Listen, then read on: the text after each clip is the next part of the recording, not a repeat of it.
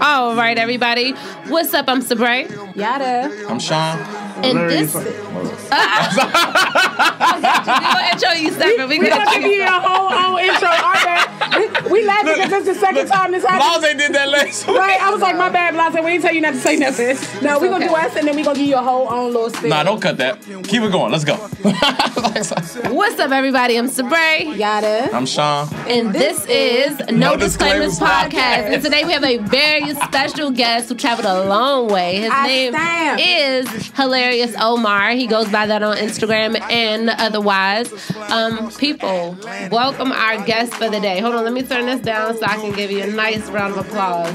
And give my man Hilarious Omar TV. Come on, people gonna be looking it up. Hilarious Omar TV. I can find him. He brought biceps with him. Okay, true. I'm in that gym, cuz. I'm that. All right. Omar, introduce yourself really quickly, please. What's up, y'all? Hilarious Omar TV. What's good, young? Y'all know what time it is, man. It's time to cook something. Oh, my God. Give me 30 seconds, please. You know the fuck, lad. All I saw was the clock and the 2 and the pan with the egg. And I was like, this nigga needs to have emotions. Yeah. Don't be joning on us on this show. No. We will fire your ass Sean. Nah, because I came with my Adidas shorts on. No, because Sean gets me every week and I don't have the skills. That's because you won't tag me in. I ain't tag y'all in. He needs some work. Because I'll fire his ass. Everybody wasn't born with the gift. Sorry. That's very true. You needed siblings. If you had siblings, you'd be able to jump. And my sister used to spark my ass. Look, man. Been doing this since I was 2. Real quick, shout out to NHS Radio in Miami. That's why we had Ross playing in the background. We are officially a part of the Miami family. Yes. Miami listeners, what's up? Hey. You know what I'm saying? What's up, Trina? What's up, Trina? That's it? Yeah. Really? Okay. Since I was like 9. What's up, city girls? Yes, we are so glad to be a part. We are going to be streaming on their app, NHS Radio app, every single Monday at 12. So make sure you tune in. Make sure y'all Eastern time, right? Because it is Miami. You gotta let niggas know. I mean, somebody, you gotta be clear. But Miami we're on the same time schedule. Right. That's what I'm saying. Everyone who watches us might not be in our time zone, so we gotta be mindful of that and let them know. But if they know Miami, okay, y'all won. Y'all win. It's an internet radio station, so see, this is what happens when you don't have a seat. We are still going to be on SoundCloud, YouTube, Apple Podcasts. Which is a syndication, girl. This is syndication. Hey, I'm just saying. Technically, that's what syndication means. So I'm just saying. Okay, shout out to them. Expansion. Yes, evolution. Thank you so much. We are so honored to be a part. Miami listeners, welcome. Make sure y'all DM us, any questions, anything y'all want us to talk about. We're welcoming all that. Only questions, nothing more. Don't be sliding in Yatta's DMs unless y'all really want to. Because she is down for the long distance relationship. Wow, why don't you? Wow. All right, but back to Omar. Man, thank you so much for coming. We really, really, really appreciate that. We do have some questions for you. But first off, is it something that you want to promote? Anything you have coming up? Yes. So, DMV, get ready because it's about to go down. We got it locked in at Sully's Comedy Cellar, October 12th. We will be there. That is a Friday night. The tickets will be available starting tomorrow. So make sure you grab your tickets. We're trying to add a couple of more dates, a couple of more, local shows before we start the tour. So get them while it's hot. We're gonna drop them. We're gonna drop the ticket link tomorrow evening. So after you get off work. I know it's not Friday. I know it's not payday. But get your motherfucking tickets, man. It's going down. It's going down.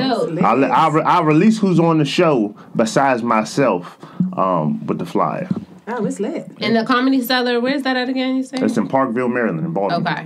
Okay, gotcha. Cool. Yeah, in San Francisco. So are you from Baltimore? Because you do have a lot of good impressions, a lot of accents. You got the Philly, the DC, the Baltimore, where are you really from exactly? I know people be wondering. I hate this shit because when you black, I feel like, if you live in America, we from the same ship. I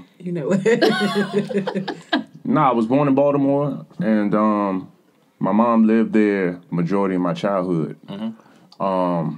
My grandmother, however, my grandparents lived in Prince George's County, in Lanham. Oh, okay. So when I was young, my mom used to drop me off grandmother used to babysit me. And after a while, that commute just got too crazy. So my grandma was like, just leave him here. And that's dope, grandma. So grandma looked out, and that's where the whole Baltimore DCPG thing kicked off. From the east or west? Side of Baltimore? Yeah. West side. Okay. Liberty Heights and Garrison. Okay, got you. I know that's a big thing. I used to live in Park Heights, too. Okay. So, east side. Grandma Shout out to east side. So you hood. Yeah. I'm super. So what made you want to become a comedian? My whole family, everybody in my family funny. Starting with my mother, she misused her talents. Charlene, shout out to you, baby. I'm gonna do the rest though. Everybody in my family is hilarious, and my cousins, they're funny. They took humor to another level. They really valued it, and I was actually closer to my older cousins than my older brothers. Okay. They kind of took me under the wing because I ain't really have little brothers, so. I took a liking into being silly, and I moved around a lot in my life. So being funny got people to know you without them really knowing you. Right. If you was the funny guy, you ain't have to work as hard to make friends and stuff. So having a sense of humor took me a long way. Yeah, 2/3 of the podcast is the funny guys. We can relate. Hey, we can't all do the same thing. You know what I'm saying? Different pieces are placed in certain places for a reason. What do you do? Exactly. Nigga, are you kidding me right now? She do this right here. Here. Kind of fucked up my shit last week. This shit. I do this right here. I feel like he can't fuck up your guy. Nigga, Who you that's a week long. Who you get your shaper from? That's a week long. She cut my hair. You cut hair? No. Yeah, I'm a You a barber. stylist? You a barber? Yeah, barber. Oh, you She a barber. She cut hair. Hair. That was last week. Gotcha. Speaking of half. I'm just saying. She soft. I'm gonna stop promoting. Like I said, y'all not gonna keep on filling up on appointments, but no, she one of the best in the business. I'm not saying that because she's sitting right here because I really don't like her, but we're fuck Sean. But enough about me. You know what I'm saying? Enough about me though. But so I saw you just did this Kanye clip, this Kanye segment on your Instagram. Make sure y'all go out and follow his Instagram right now. It's Hilarious Omar TV. What do you think about that whole situation about him being under the railroad and commenting about people who comment on his wife and all that stuff? Being under the railroad. I feel like keeping it real, because I'm, social media is one thing. Who you are for real is another. And I try my best to be that entertainer. Because when you start giving people the real, everybody can't take it. We live in a sensitive world, But I'm going to flat out say it. I think that if Kanye West's mother was still alive, she would have never approved of him marrying Kim K. That's my honest opinion. I think his mother is like many of our moms. They want what's best for their child. Don't have to always do with money. Don't always have to do with elevation and success, because success comes with some shit that people don't like talking about, because the people that cut your check has a lot of control over you depending on how much they invested in you. Yeah. So when it comes to, Kanye West and this whole situation, man, for one, I'm glad that it finally came out, this whole thing. This is something that I expected 5 years ago. You married Kim K. Your wife has a sex tape out. Now, if you typically, there's no knock to her because she's doing what she does. That's her lane. That's her. That's her. Umbrella. And you marry into that, you need to accept what comes with it and relax. If you're not a wild, freaky dude, because you're not, you from the south side of Chicago. We don't, and I say we because my son's from Chicago, and that's where I've been everywhere. So when I, knowing the culture of, one of the black Mecca cities in the country, that's not you don't date no porn star. Yeah. You date maybe. You definitely don't marry nobody that is on the borderline of porn. You just don't do that. Yeah. So at the end of the day, check out the Hilarious Omar TV post. I said what I had to say on that. So, it is what it is. Yeah. Your posts are really relative to like how you actually are. Do you think it's hard for like comedians to kind of balance what they really think and then what's political? I guess they don't want to step on nobody's toes or the wrong people's toes or something like tricky. that. Sit that line. Yeah, I think comics try to do what everybody likes. Kevin Hart, and I'm speaking his name, nothing but respect for Kevin Hart, but Kevin Hart has taught comedians of today differently of what we have learned in the past. In the past, you say what other people too scared to say. Right. If you really channel into Kevin Hart, he says nothing of controversy. Yeah. He always stays in the green, which means more green. But for me, as a real comedian, I'm who God made me is who God made me. I'm controversial. I'm gonna talk about the things that are uncomfortable, whether it's the LGBTQ or police brutality.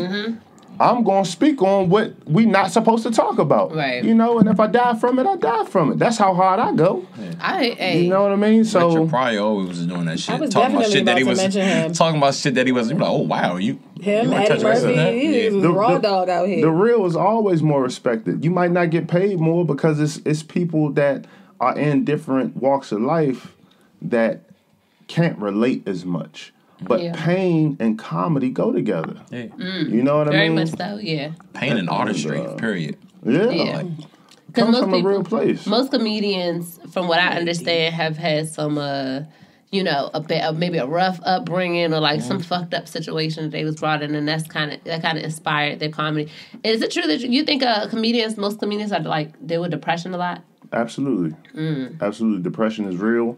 I battle depression, not medically. I wasn't diagnosed with it. But I know, as far as I had to work very hard to get my spirit in the right place.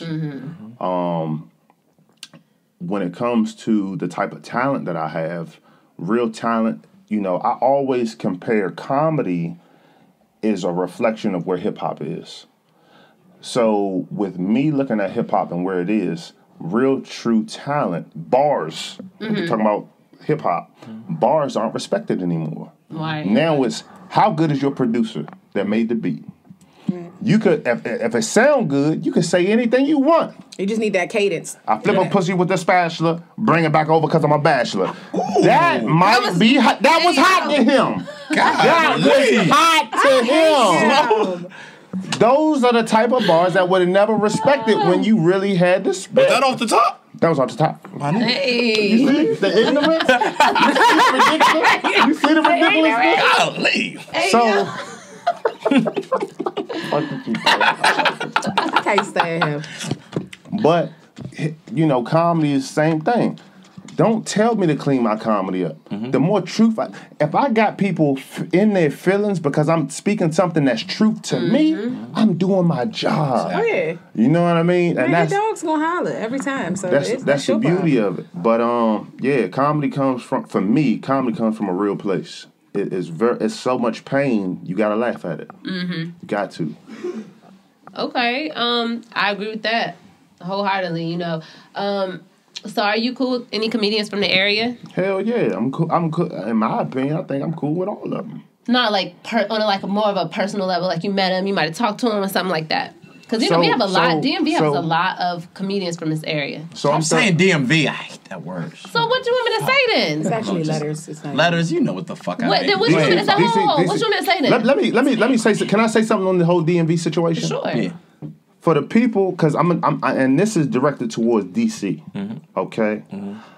DC has a problem being grouped into the DMV. If you from DC, birthplace, birth certificate, you have a problem with the whole DMV thing. Let me let you know something, because a lot of niggas from DC ain't been nowhere. I've been everywhere in the country. When you leave, now, at the end of the day, we know what home is. We know Baltimore got their shit. We know DC got their shit. We know PG got their shit. And at the end of the day, when you leave outside of that bubble, the East Coast, when you start going Midwest and California, New York is the East Coast. They don't even think about, when they think DC, they don't give a fuck about your New Balance, nigga. They don't give a fuck about your North Face. At the end of the day, it's all a bubble. Now, granted, I'm gonna just keep it short because I want the questions to keep flowing. Yeah. At the end of the day, the world is much bigger than D.C., Baltimore, and Virginia. You need each one of those demographics to support what we got coming out of here. Because the rest of the world, they backing their cities up. And people are getting where they need to be. We got the problem. Yeah. Because we not doing the same thing. I agree with D.C. and Maryland. We don't need Virginia. Well, because I don't need Roanoke. First of all, I don't need Arlington. First of all, Roanoke is not a part of the V in the V. We said Virginia. First of all, okay, you said Maryland, but motherfucker, you not counting Mo County. I don't need Alexandria either. First of all, Springfield. First of all, fuck you. Okay. Don't you ever go to the Hoffman. Okay. You better not ever. I don't go to the Hoffman. Okay. Remember that. I go to Rivertown. Where you work? And they just remodeled. Where you work by though? $5 Tuesdays. Where you work by? Tyson's. Don't go in the mall. Yeah. Don't go to I know. You know what? I say DMV because we are so connected. You know, the PG, DC, absolutely. Alexandria. I'm saying there's more parts of it, but we're so like joint and connected. It is. You know, one person might move from Maryland to Alexandria, but still be a part of that same You might be born flavor. in DC, live it for 5 years, go live in PG for 5 years, go live in fucking VA right over the bridge for 5 years. Where the fuck are you from? Exactly. Where you from? Exactly. The DMV. Exactly. We're not counting like West Virginia. Or like I feel like West if you have talent, Virginia. you're going to make it regardless. You don't need like love. Look at Wale. Everyone hates Wale from here. He's still big. I don't hate Wale. Wale said it in this interview. He said he had to leave this area to get a fan base when he went on tour with Mark Ronson in Europe. Then he came back. Then he started but there was more to that story. He was partly responsible for that because Wale doesn't. Anytime in any industry, if you don't help bring people the on, fucking culture, if you and don't, then you say you had to leave, wasn't fucking. If you don't bring people on like that before they get a shot, before a major label co-signs them, if you don't bring, of course, a lot of people in your area are not gonna fuck with you like that because other people get love in a city. You know what I'm saying? So I think that was part of his personal responsibility. But I do think that because people that make it here and that's hot here and then they go other places, they could still be, people here still love them. Look at Shy Glizzy. You know what I'm saying? Look at Gold Link. So, look at Jess Hilarious. She was popping here. Yeah. People loved her here. And then now you see where she's at now. But I'm just saying. I will say this. People talk shit about Baltimore. Baltimore support their artists. I don't feel like DC has the same support that's why Baltimore does. I agree. That's why we have to do more to That's why they turned it into a DMV. They was like, look, we gotta add these niggas in so we get some fucking support. Like, that's why I think the whole DMV thing is. It's from. Like shit. We can't do this shit by ourselves. All right, let me start fucking with people I really don't fuck with, but it's gonna benefit me. So let's all just group ourselves together. Like Uptown niggas hate Maryland, Meezies, whatever this and that. As soon as KD won the chip, hey, we won the chip. No, my nigga, hold on. Slow it down. Then they like, how he going to donate money to PG County schools and not DC? Yeah. Oh, no, you niggas abandoned people them. People pick and choose when they want to claim, certain areas. But I definitely believe we ain't donate that land for y'all to even get DC. We're definitely stronger to get together than we wasn't all born at Washington Hospital Center. So what? Well, okay. So who? First of all, we got to know. We have to know. Every comedian, we have to know. Who is your favorite comedian of all time? Is there more than one? Is it just one? Like, who inspires you the most? Top two. Okay. I mean, so if you know the Hilarious Omar brand, I'm not selfish when it comes to my inspiration. Mm-hmm. The whole niggas be like thing. Yeah. That was a whole ploy to show people how versatile and talented I am. I can be funny and connect to no matter where you at in America, even overseas. If I'm around you, you give me 5 minutes of being around you. Yeah. I'm going to absorb your energy and transfer it into comedy. Mm-hmm. Okay. That's what I can do. That I consider people like, myself, I'm an X-Men. I'm a superhero. Mm-hmm. My power is being able to generate laughter. So when it comes to my influences, when it comes to comedy, real comedians, they challenge themselves and they challenge their audience. So I have a different format as far as what inspires me. Those are my favorites. So when I break it down pound for pound, I look at Deon Cole. Cole, he's been doing it for a long time, way longer than his popularity has exposed. But he worked hard, and now he's in a place where more people know who he is. He's very mental. you could watch Deion Cole, and if you've never done comedy before, you could learn how to structure a joke just by watching him. Paul Mooney, he touched on racial barriers. Niggas are always scared to talk about race because niggas are still slaves. So when you bring out Paul Mooney discusses things that makes white people feel very uncomfortable. And Paul Mooney teaches you through his comedy. Now, personally, people have different things to say about him on a personal level. I've never met Paul Mooney. He's one of those comedians that I want to work with before he, is done with comedy or passes. But big respect for anybody who challenges the oppressor. Paul Mooney. Love Richard Pryor, way before my time. Love Martin Lawrence, the ability to wear a dress and the dress not be the reason why of his success. He's the only comedian that I could think of that him wearing the dress had little to nothing to do with his success. Because he had multiple characters. It wasn't just Shanae or Big Mama's House. You knew who Martin was, because that's the thing now. Now it's like I can act like a female probably better than Eastside Ivo, who I've done a show with, and probably anybody that does it on IG. I could probably do the female thing because I'm from a place of culture, and I was raised by females. So, but I won't do it simply because in my household, that's a no-no. Right. You understand what I'm saying? And at the end of the day, regardless of how many fans I get, my family, my girl, my son matters to me. So if he sees daddy putting on a dress and acting like a woman to get a check and things that's a problem to me when it affects people that love me, no matter what, no matter how popular or unpopular I am, they're going to be there. So I have to make sure what I'm doing doesn't hurt the people that supported me before y'all knew who Hilarious Omar was. Yeah, respect. I understand that. I respect that. Can you help him with his mic a little bit, like pull it out a little bit towards him? Yeah. How old is your son? Keep hitting it. My son's 7 years old. Okay. Oh wow. Yeah, out in Chicago, North Side, stand up, Evanston. Lil Omi, we working hard to get you, baby. That custody battle ain't gonna be too hard. You know what? Lil Omi, that's so cute. Look, give me 6 months, Omi. We gonna get you right. Are you dealing with something with that or? Yeah, man. Yeah. It's 2018. Yeah. I'm not just dealing with it. Black men, I'm speaking on not just black men, but I focus on black men because when it comes to where we are in America, we don't understand where we place. We're at the bottom. And you're a black man, so it's. And I'm a black man, so me trying to, black men and women in America don't understand the position we're in. My situation, I got a baby mother that was not ready for a relationship. If let's say me and my baby mother worked out, y'all, this interview wouldn't exist because she didn't believe in, hey, you can do comedy, do a full-time job, and be a father and a relationship. Her thing was, nigga, fuck your dreams.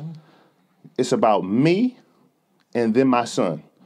Which was, I was willing to do that, but you're not going to belittle me as a person, human being, and a man. Wow, I'm sacrificing all this to make this happen. Because you gotta have your spirit too. Yes, your spirit gets you through everything you need to, all the adversity. So, my whole situation with her, I see my son. Thank God, I seen him on Father's Day. Last time I seen my son, after they left and went back to Chicago, she cut off all lines of communication. So I work. If people notice the Hilarious Omar brand, I'm in super exertion, super content pump right now. My comedy is on steroids. That's my slogan because it makes me feel more invested and more happy to do what I do. My comedy's on steroids right now, and the biggest reason is because I got to get my son. Yeah, that's what fuels me every day. Wow. Be patient, man. Yeah. It's going to work out. And I'm not saying that, like cliche, like... No, seriously, this situation's tend to... It's going to work out. And I hope you see this, too. Because she watch it. See... Okay. Yeah. she definitely keeping tabs no matter what you do. No, she like, that's enough of that. Because so many men deal with that, and it's so unfair. And what a lot of women don't realize is that, the child needs their mother just as much as they need their father. They need their father, just as much. And it's just so important that they don't bam out like that, Did you see that State of the Coach episode where Remy Ma basically said that the only men who get grief are the good fathers. Because the niggas that don't care. You can't hurt a nigga that don't care. Oh, I'm not gonna let you see your son. I've never heard that thank before God. until today. But the men who care are the ones who get the grief because you actually want to be there. If you keep your kid away from a nigga who don't want to be there, you doing that nigga a favor. And if a nigga don't like you, that's the only way you can hurt him. If a nigga don't like you, okay, say if a nigga still wants to be with you, you can hurt him by not being with him. But if he don't give a fuck about you, the only way you can hurt him is through the kid. Exactly. So like, turn the mic on. Well, go ahead. Okay. But no, my brother, it's going to work in your favor. Trust me. It's on. We've been there. No, it really is a common issue, and it's just so unfair. It really is. It just so is. It doesn't hurt anybody but the child. Exactly. The only person that it hurts. Well, it hurts the fathers. It does, but I mean, like that's where it's most detrimental is to the child. And I don't think a lot of people, and this is women and men, realize once you bring a child into this world, it's no longer about you or them. It's about the child. That's the first priority. So you're trying to hurt the other person, but you're hurting the child, and it doesn't benefit the child. Talk about throwing the baby out with the bag. You know what I mean? You talking about like mental health. Like people always talk about mental health, this and that. But guess what? You're an abuser of it. You know what I'm saying? You're basically you're brewing it. Like it's not cool. But man, like I said, be patient. Pray on it. It's all things in due time, though. Seriously. Also, too, ladies, I would for all the ladies that are listening, respect your man's dreams. Support his dreams and try to figure out, if he's really serious about it. Because some niggas do be like, oh, I'm gonna do this, baby girl. They'll be doing shit.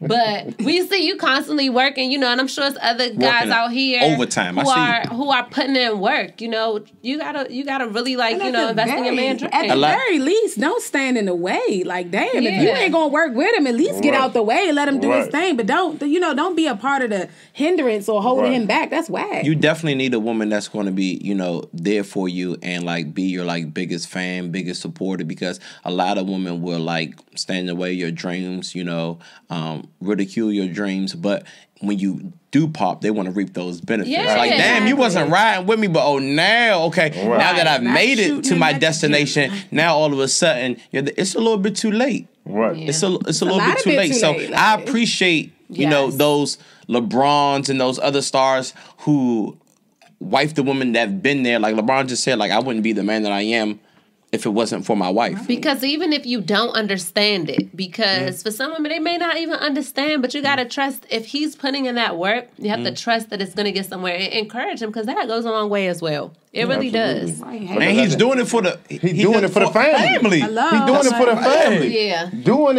it just to do it. That's kid stuff. Like ultimately you're going to benefit off of everything. Yeah. Right. And if you act right, shit. Yeah, the biggest disappointment in life is wasted talent. Let your man work. Yes. Hello. Hey. Yeah. Right, and post that shit on Instagram. Yeah, post all this shit. Like, my man. Wait, real quick though. Hold. Some of these niggas out with that. Let's not go too far with that message. Oh yeah, some of these niggas out here can't rap. That's what I'm saying. But your man can't rap. Tell that nigga he can't rap. He over 30. Don't keep putting that fucking mixtape in my kid's Halloween bag. I swear to God. If that nigga is over 30 and he say out of nowhere on a Sunday like today, baby, I got it. No, hear me out. I want to be a rapper.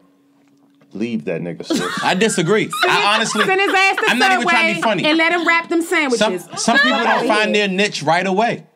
I feel like if you're passionate about it, like even if he can't rap, you know how many niggas can't rap that's made it? Yeah, I'm sorry. Imagine, like I've been in the studio. I will not be a part of the destruction of hip hop. You will have to. That man is going to have to learn. Because regardless of how many people don't have talent in rap, they learn what works, and it took some time. Yeah. Are you niggas gotta learn the algorithm. No, you might not pop till 40. You will not pop till 40. But it's about who makes it in life, not who makes it the fastest. Putting that Nah. 40 is still young. All right, that's just like saying you can be a football player and still you have dreams of becoming an NFL player at 40. That's different from no. Stop giving us these fucking mixtapes. I'm sorry. I don't want it. If a nigga can't come up to the top with spatula and bachelor off the top, he got talent. You can blow next week. Look. See? You see? And you know what the worst Niggas are going viral 1 week, and look at Cardi. Look at Cardi. Cardi is she 24. blew up in 1 year. That's all it takes. She's 24. So while you were not. She's almost 26. Yeah, right, but so while you were not promoting my mixtape, now bitch, I'm at the Emmys. I got you. 24. Now here's my revised message. If you're over 30 and you say I'm gonna be a rapper, you're gonna have to do shit that you should have did when you was 23, 22, 19. So, once again, sisters, watch out. Right, because when you holding that mic and that arthritis start kicking in because you've been lifting boxes for 12 years. For UPS, like, bruh. No. What's wild is that he say that, don't even listen to Sean. And then Sean is like actually a talented rapper. And that's what makes it worse that he's really just giving you these fucking shenanigans. Because this is what I see. Spatula, bachelor debacle, only because I've seen really good rappers, they feel like they're privileged. I've been in the studio with engineers. They don't want to pay for beats. They want free beats. And then they just think the fan base is supposed to appreciate their wokeness. I've seen terrible rappers pay up front, go do shows. Like, a lot of talented rappers they feel like they're above open mics and stuff like the hard groundwork. Really don't have a choice. Yeah, but that's what gets them that fan base. Well, that and the fact that mumble rap is very prominent right now, and I blame the labels. These motherfuckers I blame the everyday Bammers. Yeah, it is. But I blame the everyday Bammers who give this shit. You will not get a sound scan from the kid. I'll be damned. It's like, say if you got a clothing line. I don't necessarily like the clothing line. But I'm going to still post you because you're my folks, because I might have a resource or a connection or be a vessel to somebody who does like it. So I'm not going to not promote you. Exactly. But you spoke of the agenda. Do you think that there's like a gay agenda amongst Hollywood or entertainment with the dresses and stuff like that? I mean, now, I feel like some people who their morals don't convict them to not wear a dress, so they wear a dress, then that's perfectly fine. I have nothing against transgenders or cross dressers or anything like that. However, this is no disclaimer. Stop saying who you are. No, because that it's just the truth. But when like in your mind, it's something that convicts you, it's something that you know that you have something against. Do you think there's an agenda to make, to feminize black men? Yes. He gave you a sign. Okay. I agree. I do. There's no need to elaborate. That is Dave what Chappelle. it is. Yeah. I think that at the end of the day, the people that are in power, that call the shots, have control over what we watch, what we listen to. And the more we are dismantled as a unit, the whole term divide and conquer. It's something big that's coming from this. It ain't just, if I make a record, Molly Percocet. If I make a record, God blessing all the trap niggas. If I make a record that has to do with knock his head off his shoulders, at the end of the day, the sum where it all comes back to is nigga. So black man is nigga in America. And no matter if you don't like using the word, using the term, nigga is the black man. It's the black face, it's the black woman, it's the black, anything black. Your black jacket, your black North Face, your black Helly Hansen, no matter what it is, what it starts to do, because once again, it's a beat. That's the nucleus, the good beat. It's a rhythmic. Yep. Because I don't listen to words in music at this point. That's certain the nucleus. And at the end of the day, you hear it enough. Next thing you know, when I walk into this room and I look at you, this nigga don't like me. And I never met you before. So my whole thing is I'm trying to change all of that. Yep. Like I walked into the gas station earlier. It was 4 black dudes in there. What's going on, good brothers? How we feeling today, black men? We don't get enough enrichment. I see nothing but posts on IG and social media, black women empowering. Like I look at black women as God. Y'all are gods to me. No knock on anybody else's culture, but black woman is a god to me. And if black men, because we're taught to not be sensitive, not to be soft, not to show emotions, but you might not show love, but you're showing emotions and everything else. And I don't want to take the time to give examples, but at the end of the day, you have to, when you know you're under systematic agenda, you have to forcefully use your ability to try to change that mind. Absolutely. And it's hard when you don't have the finances to back the reshaping of the brain, because there are other people paying thousands and millions to make sure your mind does not grow. Yeah. That's a smart nigga right here. Hey. I thought this nigga was just a nigga just doing different accents. A lot of people do. That's why I don't have a million followers. That's why I'm glad we brought you onto the show. But that's why it's important. It's really important for interviews like this, because you're not just going to sit and make a bunch of videos of telling people about yourself. It's good to have places and outlets like this one that show the side of you that people may not know that you have. So it's like, okay, this man funny, but he's like, he on it too. What was your first viral video? First viral video? How viral are we talking? We talking about big viral? I guess you. Is it like a medium viral? All right, so I'm gonna give you the quick breakdown. All right, so when me and my baby mother broke up, when I came back to the East Coast, because when I was in Chicago, that's where I really learned my chops. For the people that don't know, I love Washington D.C. We generate great talent. In my opinion, my perspective, Chicago is the mecca for black comedians. If you go there, you'll see. From Chicago?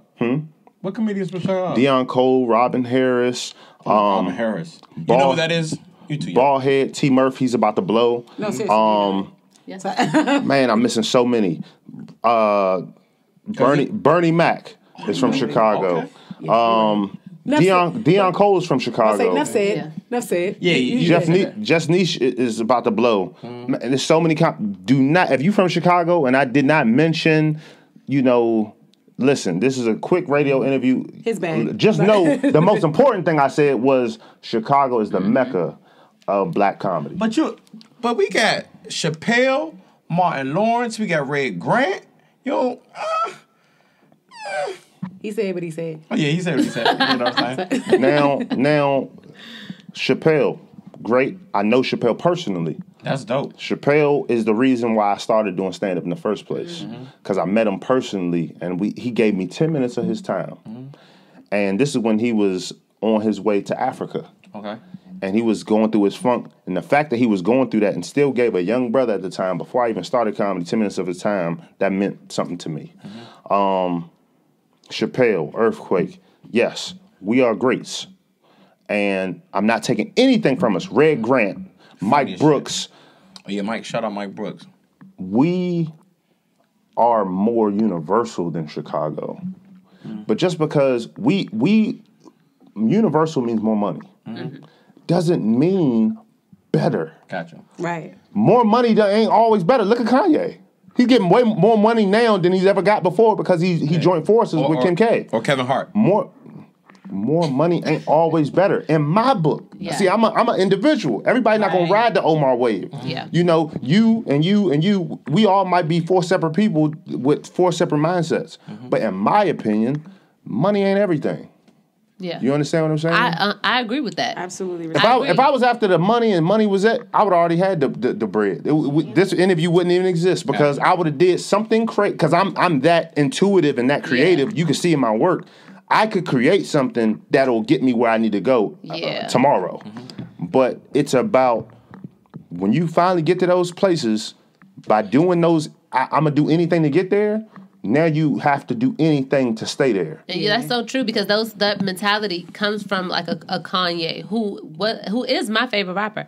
But I'm saying as far as a and personality, I don't need to knock you for that because yes, I do discography or whatever catalog. He's my favorite rapper, but. When you get this mentality that the Kanye we have now is just, I want to be aligned with this person. I want to be aligned with the Steve Jobs and the Jeff Bezos of the world or whatever, so I can be beyond this and beyond that. But I'm cool with being good. Like, I'm cool with being regular rich. You know what I'm saying? Than a Jeff Bezos billionaire status. Like, I don't need that. So I totally agree with what you're saying. I mean, money is important, but a certain amount is not everything. I'm gonna tell you where the problem comes in. Okay. The problem comes in because there are plenty of people that feel me. There are plenty of people that feel what you just said.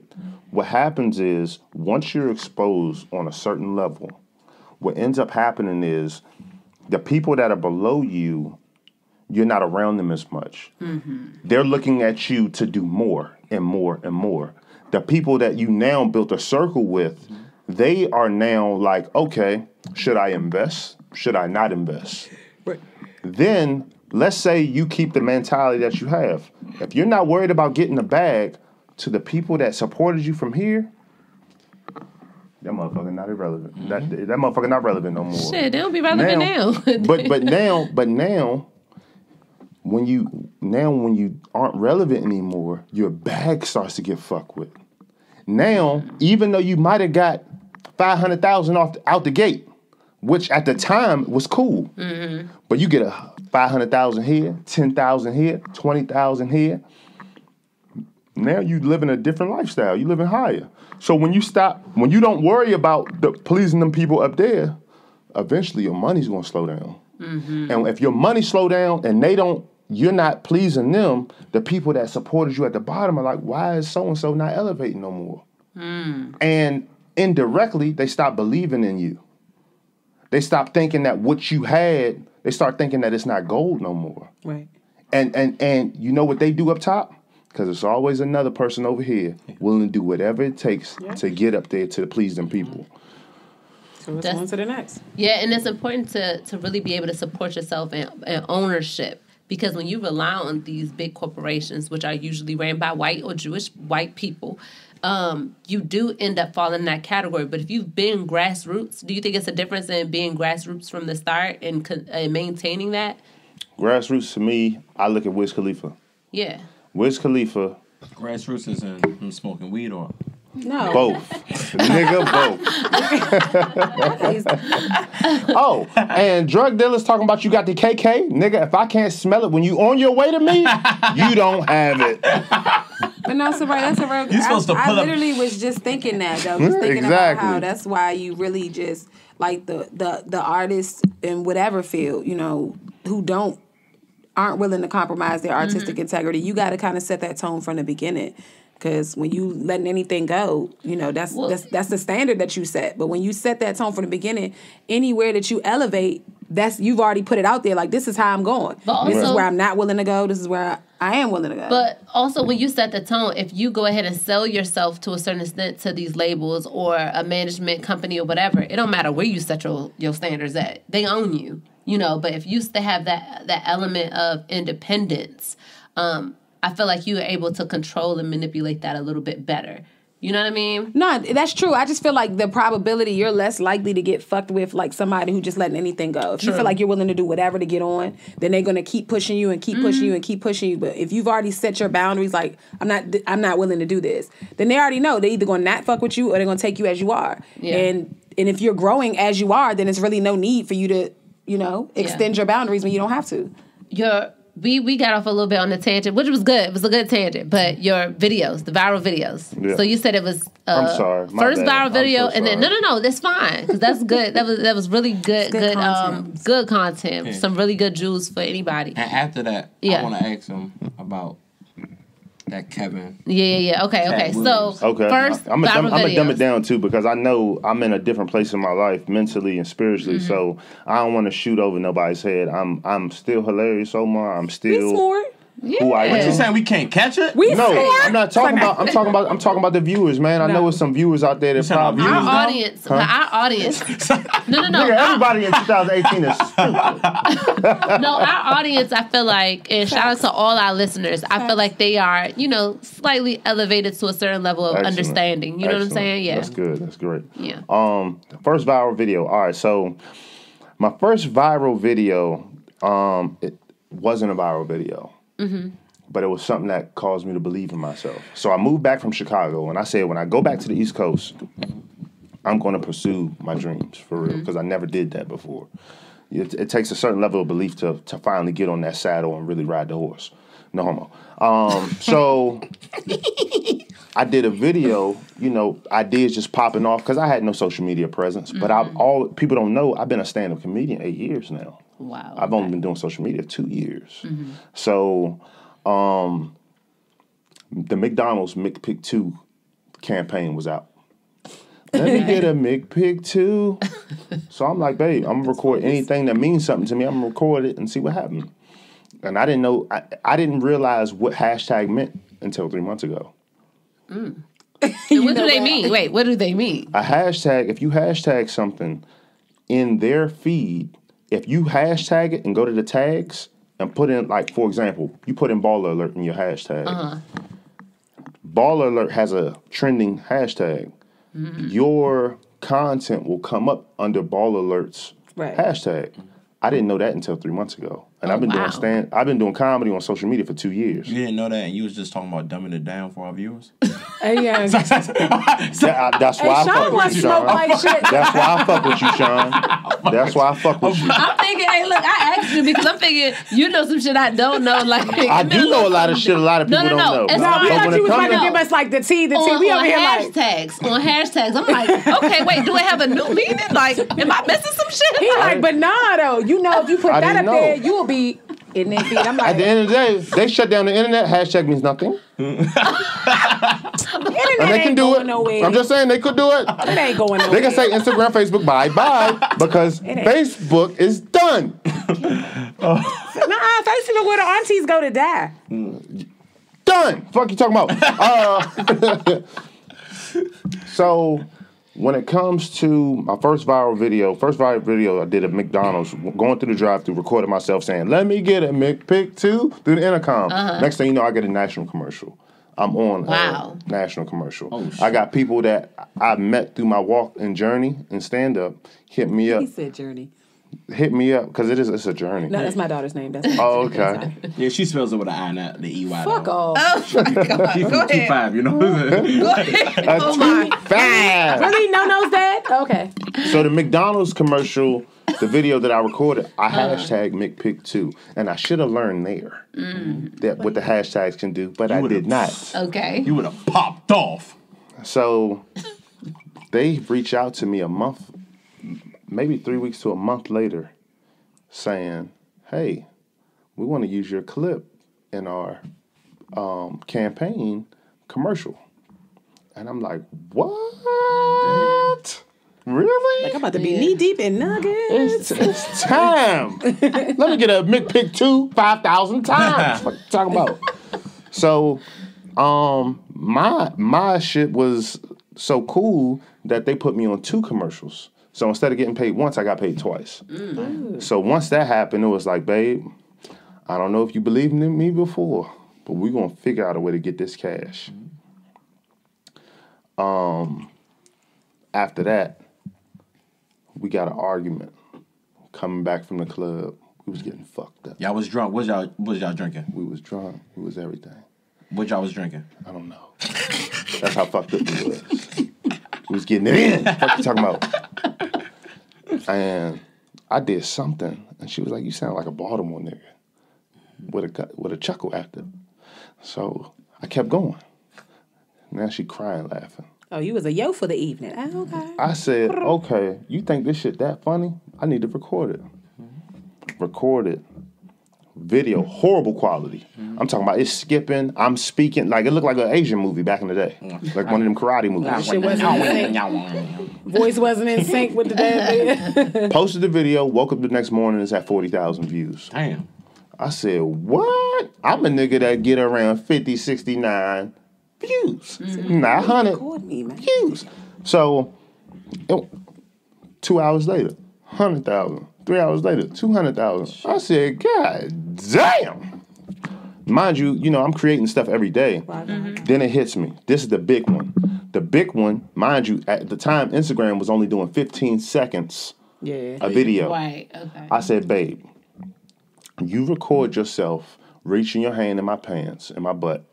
I'm going to act out the rest." So I faked like I was sleeping, and she went in my pants, like in the butt, and recorded it perfect. You recorded that perfectly, babe. And my reaction was, "Hey, what the fuck? What are you doing? Hold on, what you don't play like that. You can't be trusted. I gotta sleep on my back. Don't play like that. You wanna play with something? Play with my dick, you wanna play with something." That video, when we posted it, now mind you, I was creating content but wasn't getting no good feedback from it. You know what I mean? Right. I posted that video without putting my watermark on it. When we woke up the next morning, on her page, somebody had reported the video at 75,000 views. Damn. Mind you, there's no watermark on it. Next thing you know, you look up, WorldStar got the video. Shade Room got the video. All these places got the video. Now we talking about Instagram. Zero. Because they weren't saying, oh, this was from her username, URL, or mine. They were just posting the video and taking all the clout. And for real, fuck all y'all. Because I reached out to y'all that same day, and only 2 out of all them social media hubs that stole my shit responded, and only 1 out of the 2 out of the 20 motherfuckers that had 1 million plus followers responded back. And the one responded and put after they gained like 700 to 1 million views on it, was like via Hilarious Omar. Who was it, by the way? What outlet actually gave you the recognition? They changed their name. It's now called Hood Site. Okay. And y'all go follow. Well, no, just follow Omar. But go ahead. Yeah. Fuck all them other sites. Don't follow them sites. Fuck them. A month after that happened, this is how big it was. Because the nigga on Facebook, Brady, if you see this, fuck you too, cuz. Because he's a black dude. He dressed with a suit and all that. Hit him up. He didn't respond. On his page alone, it was at 15 million. Who the fuck is he? I don't know. He's a thief. Don King is a thief. But anyway, 2 or 3 weeks later, Ridiculousness hits me up from MTV. Oh. Because they need to know where the source comes from. But that's the white nigga that's skateboard, right? Rob Dyrdek. Yeah, okay. They reached out to me and was like, hey, man, we love your clip. Funniest shit on social media right now.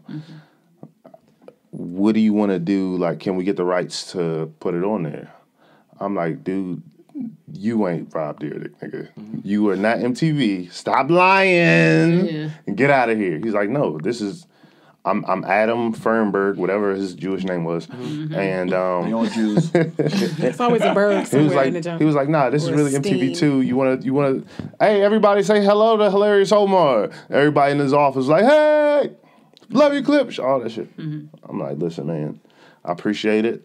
I know that it was only 15 seconds, so what do we need to do? He was like, listen, I'm gonna send you over a contract. All we need you to do is just say okay. I'm like, listen, that's cool and all. Y'all on national television. I need a check. I'm broke. What can we do? He's like, This is Jewish people for you. I don't know, man.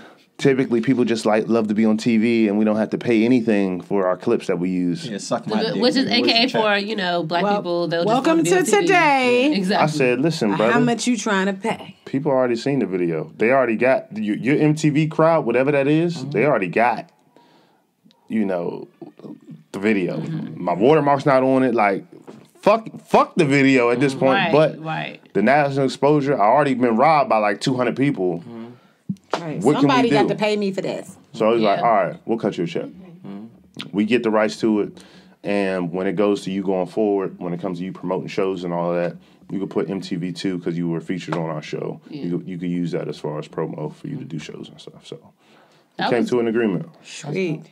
I mean, that's dope at the end of the day, but a check would have been better. He said it. I got it. You said cut him a check. They cut me a check that wasn't worth it. Fuck you talking about? Okay. I thought you were saying like they just wanted to exchange the. That's what they want. Yeah, they definitely wanted to do that. But they definitely wanted to dick me, but it was like I'm not going for nothing. Okay, you gonna give me something? It's one video you had. It was like it was at a wedding and the couple had like donuts. Cooked them. Yeah, what the fuck was that? So about that. Yeah. I was at that wedding, my nigga. We said that. Folks. Why you had to do our John and Niche. I got you. I said. They set me up for failure. Look. I didn't know it was going to happen like this. I was in your comments. I said, is this the nigga with the eyebrow ring? Now I know it's a mole. That ain't even an eyebrow ring. He's supposed to be a oh shit. I said, and then all of these little fat bitches with locked pages. I said, oh, I can't even join on these bitches. You know what I'm saying? First of all, the donuts were amazing. All right, the wedding was amazing. It was an open bar. But that shit was funny as fuck though. It was funny. It was funny as shit. I said, I hit my man. I said, you want me to spark this nigga? He said, nigga, we not even taking a break. He said he funny as shit. I said, no, I don't like that shit. I'm taking it personal. That was you. Yes. Because I seen it. I see everything. He was playing with the EVTs. He was going in. I started sparking people in the motherfucking comments. Hey, you know what's funny though? You got your cake from Cold Stone like when you tag people, whether they respond or not, they're going to see it. Yeah. You put that @ symbol and whatever their name is on social media, they're gonna see it. It's impossible. That shit was funny though. Red Grant, he's from the city. You know, my whole thing is connecting with people that are very similar to you. Yeah. Red Grant, I've been tagging him in my stuff for a little while. Like when I started finding myself on social media. And I would tag him, especially anything that's a product of DC. Red Grant never replied or anything like that. He did pick up the phone like twice, but it was real quick, short, cut off. I see him in person. Yo, nigga. It was totally different. Nigga, you funny as fuck. I love your more videos. The more DC be like, yo, that shit had me going. Give me stage time when I go, you know, because my thing is showing love. So for people out there, when you tag people, they see it. They see it. Just double tap, so I know you saw it. Just don't troll. Yeah, I seen that shit. That was pretty fucking funny. I'm about to spark this That nigga. shit was funny. Nah, they loved it though. They was cracking up though. Niche posted it on her page. That shit was funny. He was like, oh, you posted this. We was cracking up though. But niggas was definitely like, I mean, do we need to pull up or not? I'm like, son. It was vampire bitches in this. But when did you say it? You said it was from he just roasted. He did like the little split screen with the video and the cake. Yeah. I do the split screen where I do. I'll show you. Y'all already know what time it is. It's time to cook something. Give me 30 seconds. With this dude or girl right here. Yeah. I ain't like your video for like 10 days. He was like, no. I was on protest. He was like, normally, you know what I'm saying, I support black love, but not today. It was funny though. I ain't even gonna hold you. But me and Sean was like, oh, who coming on the show? Yeah. Bet. We bringing this shit up. You know, we talked about your viral video. That was a very interesting story, by the way, with your viral videos and how the MTV thing and all that. I'm definitely over here trying to rethink this Make Pick 2 situation. Like, damn, I gotta go through a drive-through today. So. We gotta pay these Nick bills. Loving it. Hey, she got it right there. Nah, I'm in that back. I'm gonna get that. I seen it. I'm gonna get that back window down that Journey. Just hit it with the We got harmonize or something. No cute little black girl. We'll give you 72 cents for this. The rights. 72 cents. Oh no, Journey fancy. She gonna be asking for Gucci and shit. How often do you get your posts deleted? Because I know you mentioned something about that recently about somebody getting your stuff deleted. How does that even happen? And how often? Rival comedians, haters. If you get reported, and because they don't tell, they need to tell you who reported the pic. No bullshit. Nah, because then they feel like you gonna go. If somebody turn up dead or beat the fuck up, they gonna be like, that's wow. what you need to be. You need to have. And they need to record the confrontation. I think when it comes to people reporting your posts, honestly, they should expose who it is simply because you could block them so they won't be exposed to your content. Yeah, that's it. And I feel like they should make it a condition of you reporting my post. If you that you have to block me. And I think that content, why are you following me? Exactly. Haters. But it's because people don't understand there's different levels to everybody. Everybody has, one day it might be Jesus, yes, Lord. And the next day it might be turn up, God bless and all the trap bitches. So there's different levels to every human being. And some people will see your video, oh my God, it was so funny. You was frying that nigga because his dick was small. But as soon as you talk about the bitch with the fat pussy, oh no. That's inappropriate. But what do you think that dude with the little meat felt like? The little meat community. The little meat community. You know what? And that's our time for the day. It's like, they call them niggas a community. No, seriously though, people just be real sensitive. But it's usually haters. Haters be the main ones watching you. They be the main ones because they undercover fans. How often does that happen though? As far as my posts getting deleted? Yeah. Anytime that I do something that I know I'm not supposed to do, it typically happens. You gotta do it more than.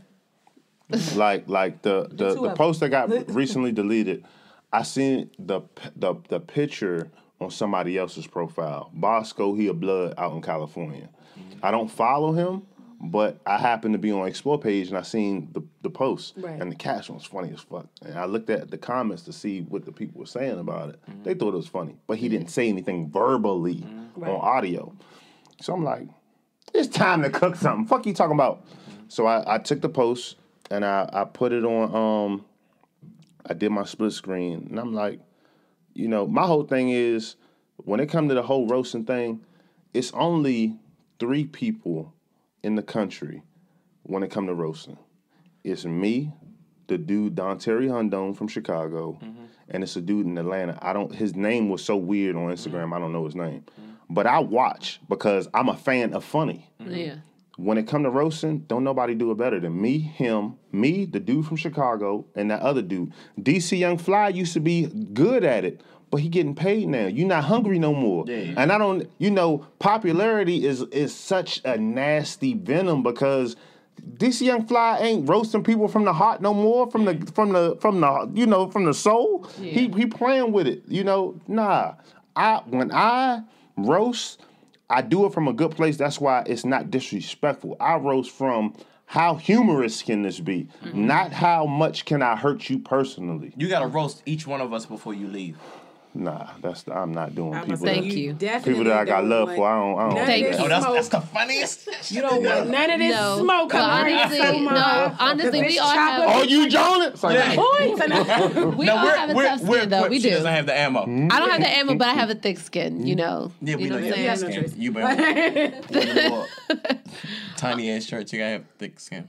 Yes, absolutely. Don't do that. Favorite underground comedian? Underground? That's not known. Not known at all.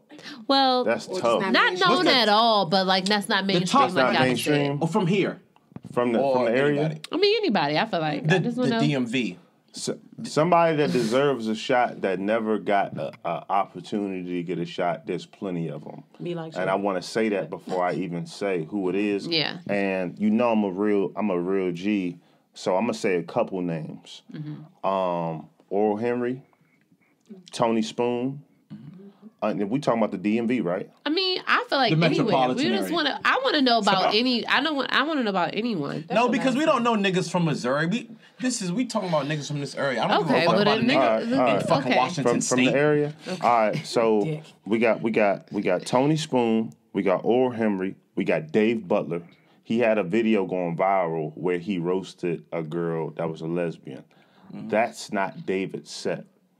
David is such a good comedian. David Butler from Baltimore. He's such a good comedian. He keeps comedians like me on my toes. Because dude, you're so intuitive. Let me go back and write some shit because you're showing me that talking about things other than lace fronts and all that on stage is okay. Yeah. He influences people, but unless you get your big break, people don't try to respect it. But Dave Butler, who else in the area is funny as fuck? Comedian D Sharp. He's a guy that started after me, and I love when people grind. When you seen somebody that was like this, and then they start to evolve, I love that. Yeah. Comedian D Sharp. I think he lives in Clinton. Okay. Light skinned dude. Blanton. I'm gonna follow all of these guys after the show because I never even heard of these guys. Yeah, I'm right here. Honestly was just here's the thing. Here's the thing. Shout out to Rob Gordon, Derek Skip, Dwayne Watts.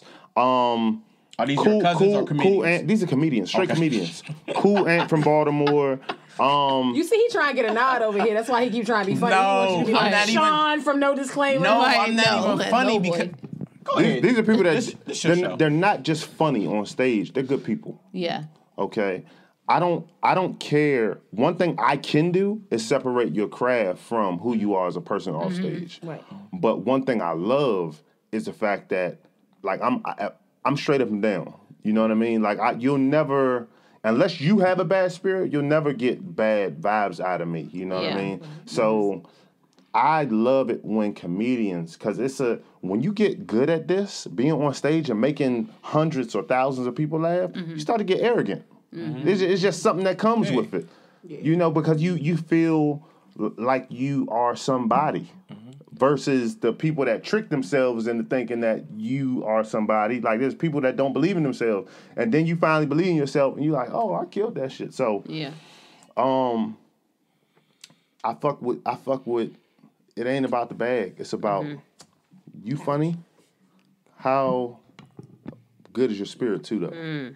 I think a lot of people will respect that. So when I drop my comedy special, you know what I'm saying? You funny, Yatta. Fuck with it. You know what I'm saying? Nah, I'm gonna come out and support. I actually do. Yeah. I can't. I mean, we're going to support because, I mean, she's on those disclaimers. It's like, no, I'm just joking. I'm just like, okay. But no. Remember that next time you need somebody to get tagged in, when he's lighting your ass up, I'm going to join that. It's okay. I'm going to be part of it. I'm going to be part of it, so you pick the little side. tiny ass gold necklace, a little choker joint. I know, it's a choker, yes. I'm about to choke your ass if you don't. Hey, look, speaking of, Sean said about roasting us, right? I know everybody in the world has seen the Cat Williams interview with the lady. I can't remember the lady's name. I don't know if she's a comedian or not. Wanda. Cat Williams called her a non-comedian. Wanda Anonymous. What did he call her when he said she had gnarled fingers? He was sparking her ass. He was interviewer. Yes, the woman. Yes, we are not like her, by the way. Put out the gun. Yes, we can take a joke. You know what I'm saying? I know. You know, we all can. But do you agree with some of the stuff he was saying in that interview when he was speaking about Tiffany Haddish and about Gerard Carmichael and so on and so on? Or, you know, was that a hating situation, or do you agree with some of what he said? So hate nowadays, speaking your opinion and your perspective, is hate now. Yeah, I saw your Instagram. That's what it is now. I saw that post that you put up, and I was like, yeah, that's facts all day. Here's my thing, dog. Like, Lil Rel's funny as shit. Jared Carmichael's funny as shit. As far as them being put in... Listen, if they're funny, put them in a funny situation. Yeah. Don't try to make them be the poster child for what black sexy looks like and what black handsome is. Like, Kevin Hart, I love you to death, nigga. You funny as shit. And when I see you, I'm going to fire your ass up. Fuck you talking about. But they got Kevin Hart thinking he a sex symbol. Nigga, if it wasn't for your success... bitches are looking over you, my nigga. Literally. They don't even see. They might see the little bit of curls from your S curl. Yeah. They might see that over top. He got the Cantu in there. That's not his original grain. Of course, that's not his grain. His grain is hard as a rock. Yeah. Okay. I know. He got the Mansa Musa grain ahead. Fuck you talking about? But he is riding with the whole Nike just. Okay, that little voice was like very, very well executed. I just gotta give you props. Okay. No. Let me say something, guys. First of all, I'm a sex symbol. Okay. There is nothing in me that says Hilarious Omar is funnier than me. But here's the thing. Here's the thing. When it comes to me, just do it. Listen. Tiffany Haddish she put in her time, okay? Omar, don't know who he is. We're gonna X that out. We're gonna scratch that. Tiffany Haddish, though, that's my girl. I remember when she was sleeping in dumpsters every night. I remember when Tiffany Haddish was sucking dick for 30 cents a day. And my whole thing is, she's finally out of that. Y'all seen her on Girls Trip. She did a thing on Girls Trip. And now, Night School, check it out. Check it out. Here's the thing. Okay, listen, don't make me laugh. That is enough. All right. Young. All right. Okay. You real live in person funny. Not like I can take 46 takes like, hey baby, edit that out. I ain't do good with that. Yeah. See, here's the thing. You gotta be quick on your feet, man. Like me, I got little feet. I wear size 5. 5.5 if I'm soaked and wet. But I am sexy, and they made me a sex symbol. I'm gonna ride with it until the fucking wheels fall off, and that's just the thing. So basically, you're saying they can make anybody a sex symbol. They can make anybody a sex. They can make Precious a sex symbol if they wanted to. They tried. They could convince us. What Jay say? Ain't nothing. She can have motherfucking goo-wop falling off her motherfucking chitlin meat. No, it ain't nothing. Okay, you know what? And niggas would be like, no, fuck no. She could never be a sex symbol. Jesus could dip her twice in the ocean and she wouldn't be fucking. No. But you know, women is different for men because and my the thing more is, money I you be have as a wanting man. to fire anything. Like, every day is a different day for me. You know what I mean? And I be seeing certain things online. It's like, yo, the world's too sensitive for this. I'm not going to fry. Yeah, that's I the be social wanting climate. to spark everything. That's the social climate now. Everything is sensitive. That's why when we be on Twitter, everyone's always talking about how they wish we could go back to like 2009 to 2012 Twitter, I was when you everything. could spark everything up and niggas didn't get in their feelings. But now you say one thing, you got the whole fucking community behind them, and so you're everything is phobic, toxic. It's like people just get a word of their calendar and they abuse the fuck out of it. I've had enough. Mm-hmm. I remember, and this ain't on Instagram, so I can say this. My mother exposed me to what gay was. Mm-hmm. She had her best friend, like a lot of women back in the day, had a gay best friend. Like Whitney Houston and Robin. Like it was a woman or a man? It's a man. Okay. Guess what he went by? What? And would argue with you if you didn't call him it. What? He went by Faggy Daryl. Well, all right. And that was what he wanted you to refer to him as. Don't call me Daryl. Don't call me the homosexual. I go by Faggy Daryl. But you know what? Why so many niggas named Daryl gay? Subtle. I don't know. I've never noticed that. I know a gay. Yo, it ain't no nigga that I know named Daryl who ain't gay. No, I know a couple non-gay. No, you just don't know that they're gay yet. I know a gay. You don't know Queasy not gay. He just got in gay. Don't do that. I know a gay. I know. Shout out to Queasy. That's a non-gay His name girl. is Queensy? No, his name is Daryl, but they call him Queasy because of his last name. No, my bad, Queensy. Well, you know, the name, the words is all about what offends a person. It's all about what offends a person because I guess the faggy doesn't offend. It offends some LGBT, but not all. You got Richie Station now. But see, the thing about that is, it sets the tone though. It sets a really bad tone because everybody else might not be rocking with that terminology. Well, look at but you like, man, I grew up calling him Faggy Dirt, so you like, what's up, Faggy Mike? It depends. Hey, when does that nickname expire? Like, is he 52? I'm like, hey, Faggy Dirt. No, Faggy Dirt is dead. He died of AIDS. Well, that escalated quickly. Okay, now I can't. God damn, shit. My morale just shot down. Let's check it a little bit. Little Duval's sister is gay, and he talks about Duval's. What type of third removed ass situation? It's his sister. Little Duval's sister. So the point of making is his sister is gay. He clowns a lot about her gayness, but at the end of the day, that's his sister. So you kind of get that leeway. You know, he always makes references about his lesbian sister. Mm-hmm. So I mean, the faggy girl thing, I think it's all subjective of who it offends. Of course, you can't get on, Instagram and be like, yeah, all the faggies out there, but well, no, because I mean, in that Sabrae don't even let me say faggy. Yeah. I don't. That is Sabrae, true. Though. Yeah. You are funny, and you don't even know it. She is. Honey, don't. I'm a comedian. That's what the fuck I'm talking about. She's funny though. Y'all, fuck Sean. So you basically saying that this comedian is Spanish for liar because you just went like You think and live from the helicopter. Live from the helicopter. Motherfucking Hilarious Omar. We going to Dallas too. We going to Dallas too. This a long ride. No, I only you do think because Sabrae is funny? But no, I have a gay friend that does that though. He'd be like, I was the it faggy on the highway, and I'd be like, all right. Thank you, Omar. Y'all funny.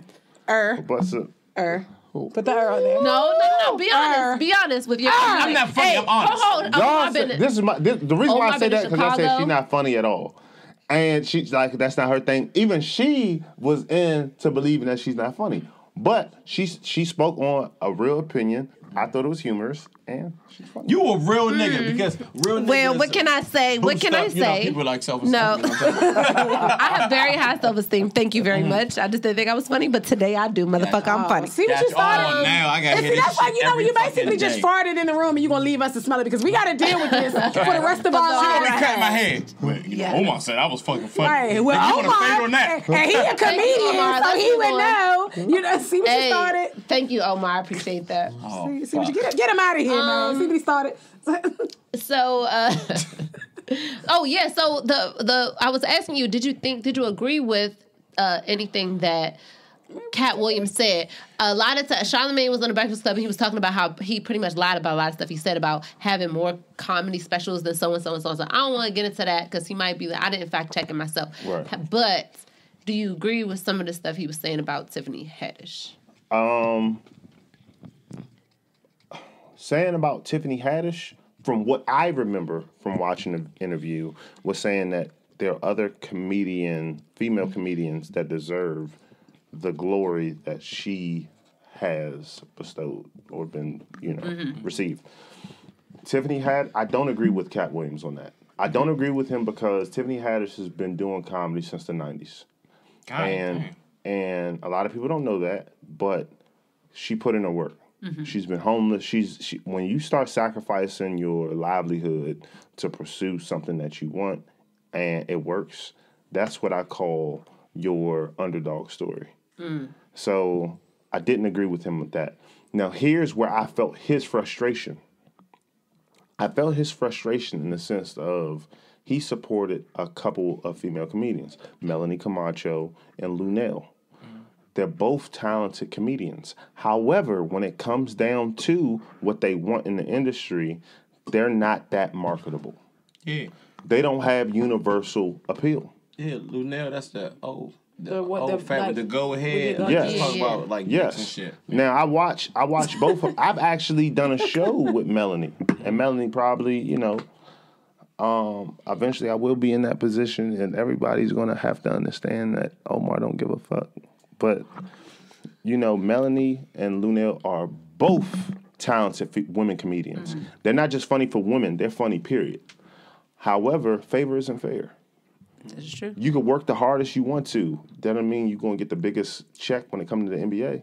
Yeah. You could train as much as you want to. Doesn't mean that you're going to wow people in that audience like somebody else might. Yeah. So when it comes to Lunel, Melanie Camacho, they're great comedians. However, Tiffany Haddish came out right time, right place, and she was called on. Do you think that their connection with Cat Williams and his kind of like downfall or whatever played a role in why their careers aren't where they feel they should be? Anytime, and this is my honest opinion on the outside looking in, sinking ship kind of situation. Anytime you come up underneath a comedian, you never. Excuse me. Well, all right. Tito's. Oh, that's the Tito's. That's the Tito's. Fuck you talking about? Smelled like drunkenness. Anyway, anytime you choose to come up underneath when you in the game, no matter, if you're relevant and you're doing, shows and you have good representation or not, comedy is the most disrespected entertainment field. We're not looked at and respected as comedians. We're looked at as clowns. And that's why I respect who I respect in the game, because they're changing that narrative. We're not just clowns, you know what I mean? We actually have a third eye. But when it comes to Lunel and Melanie Camacho and you versus Tiffany Haddish, what was the question again? It was you were making a comment about. Oh yeah, you were asking if he went down. If they went down with their careers. Yeah. I'm sorry. It's like say if I got what she's saying. If you come into comedy and people know who you are, and then you decide to go underneath a comedian with a big name, big headlines, once you do that, your career is limited. Just as limited because people are going to perceive you as underneath them. True. So the people that Cat Williams said, these are my comedians, and I want everybody underneath me to understand that this is what I'm doing. Right here, y'all baby. Fucking go. So when they put these comedians underneath, when he chose to help, because in his mind he's helping, but in the audience mind, these are Cat Williams people.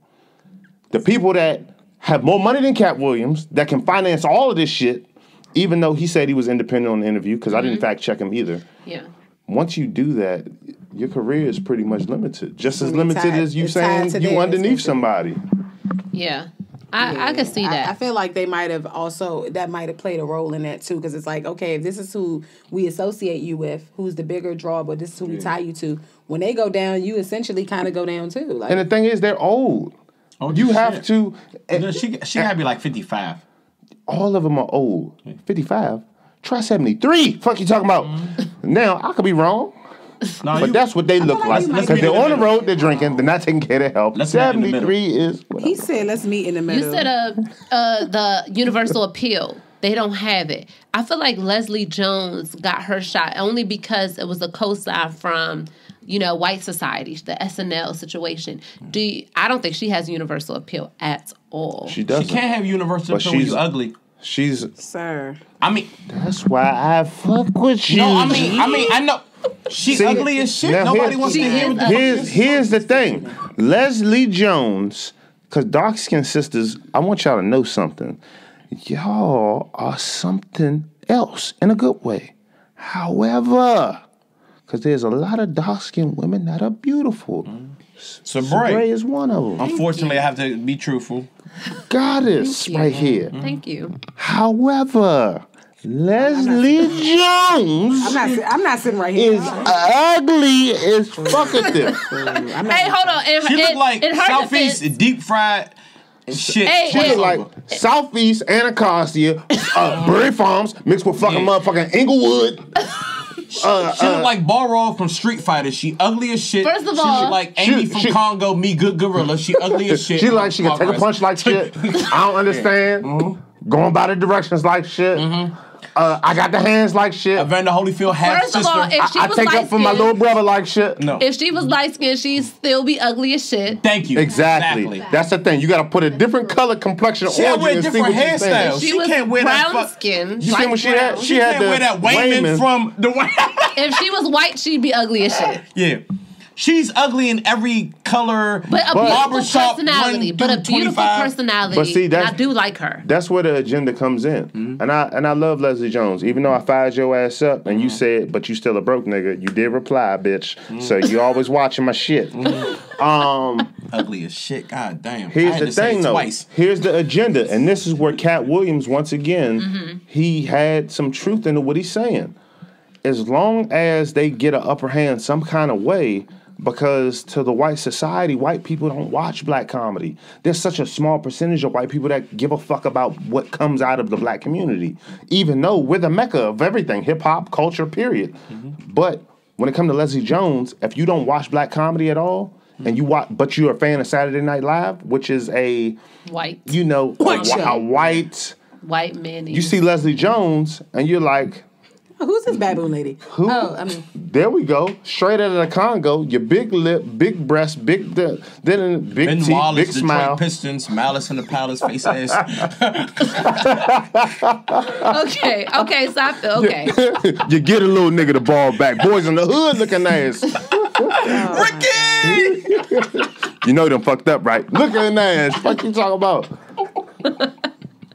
Okay, her motherfucker. No, Caesar from Planet of the Apes looking ass. So, and she had a fade. I'm about to fire your ass up. Simply because it was so many black people that came at me about the roast that I did back in the day, and I lost the footage because I got a new phone. Keep going. But Leslie Jones, it's time to cook something. Give me 30 seconds with this girl right here. Your father off Moesha fade looking ass. Your box top and drop fade looking ass. Your ugly looking ass. Your big tooth looking ass. Your little tooth looking ass. Your big foot looking ass. Your sloop foot looking ass. Your Andre the Giant looking ass. Your DeAndre the Giant looking ass. I bake, I spark, I cook.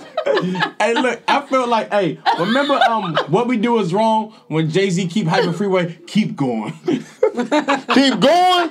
Oh, your slavery looking ass, your Harriet Tubman looking ass, your Rosa Parks looking ass, your Sojourner Truth looking ass, your Martin Luther King looking ass, your Malcolm X looking ass, the niggas that killed Malcolm X looking ass. Fuck you talking about? First of all, Rosa Parks was fine. We ain't about to do Rosa. We ain't finna do Auntie Rosa like that because Auntie Rosa was fine. First of all, when you get in the zone, you just... I know. My bad. I'm sorry. You're not turning looking ass. There we go. No, we back on track. In the past life, she probably could have been a strong black man. What you mean in a Mary McLeod, Thune Cookman looking ass. Your Francis Scott Key killed your looking ass. She a strong black man in the current motherfucking life. What you talking about in a past life? She could have been a strong black man. She wasn't right now. Oh, shit. No, but... The Diary of a Mad Black Woman looking ass. Your Tyler Perry looking ass. Your Medea looking ass. What you talking about?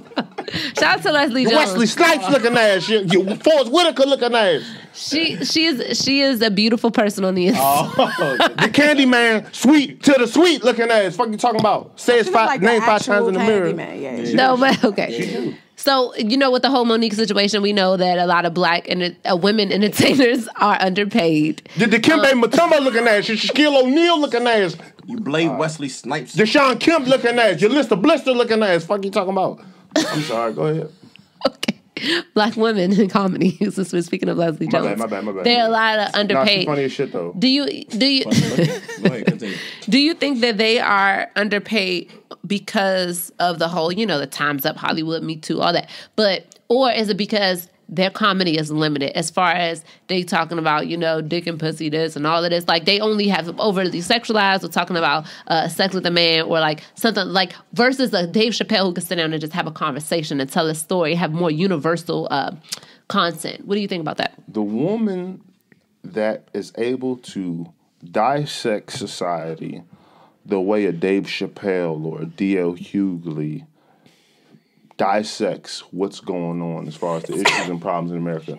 The woman that does that mixed with the ratchet, because that's what I consider, you know, the urban lane. The black woman that can do both will be the greatest, possibly not just the greatest female comedian, but probably the greatest comedian ever. So you're basically saying who has sign up for comedy? Who has the clitoris big enough to wear those pants? So basically, you just told me to sign up for comedy. So basically, your clitoris hangs. Well, first of all, let's not even address my lady region. Super size.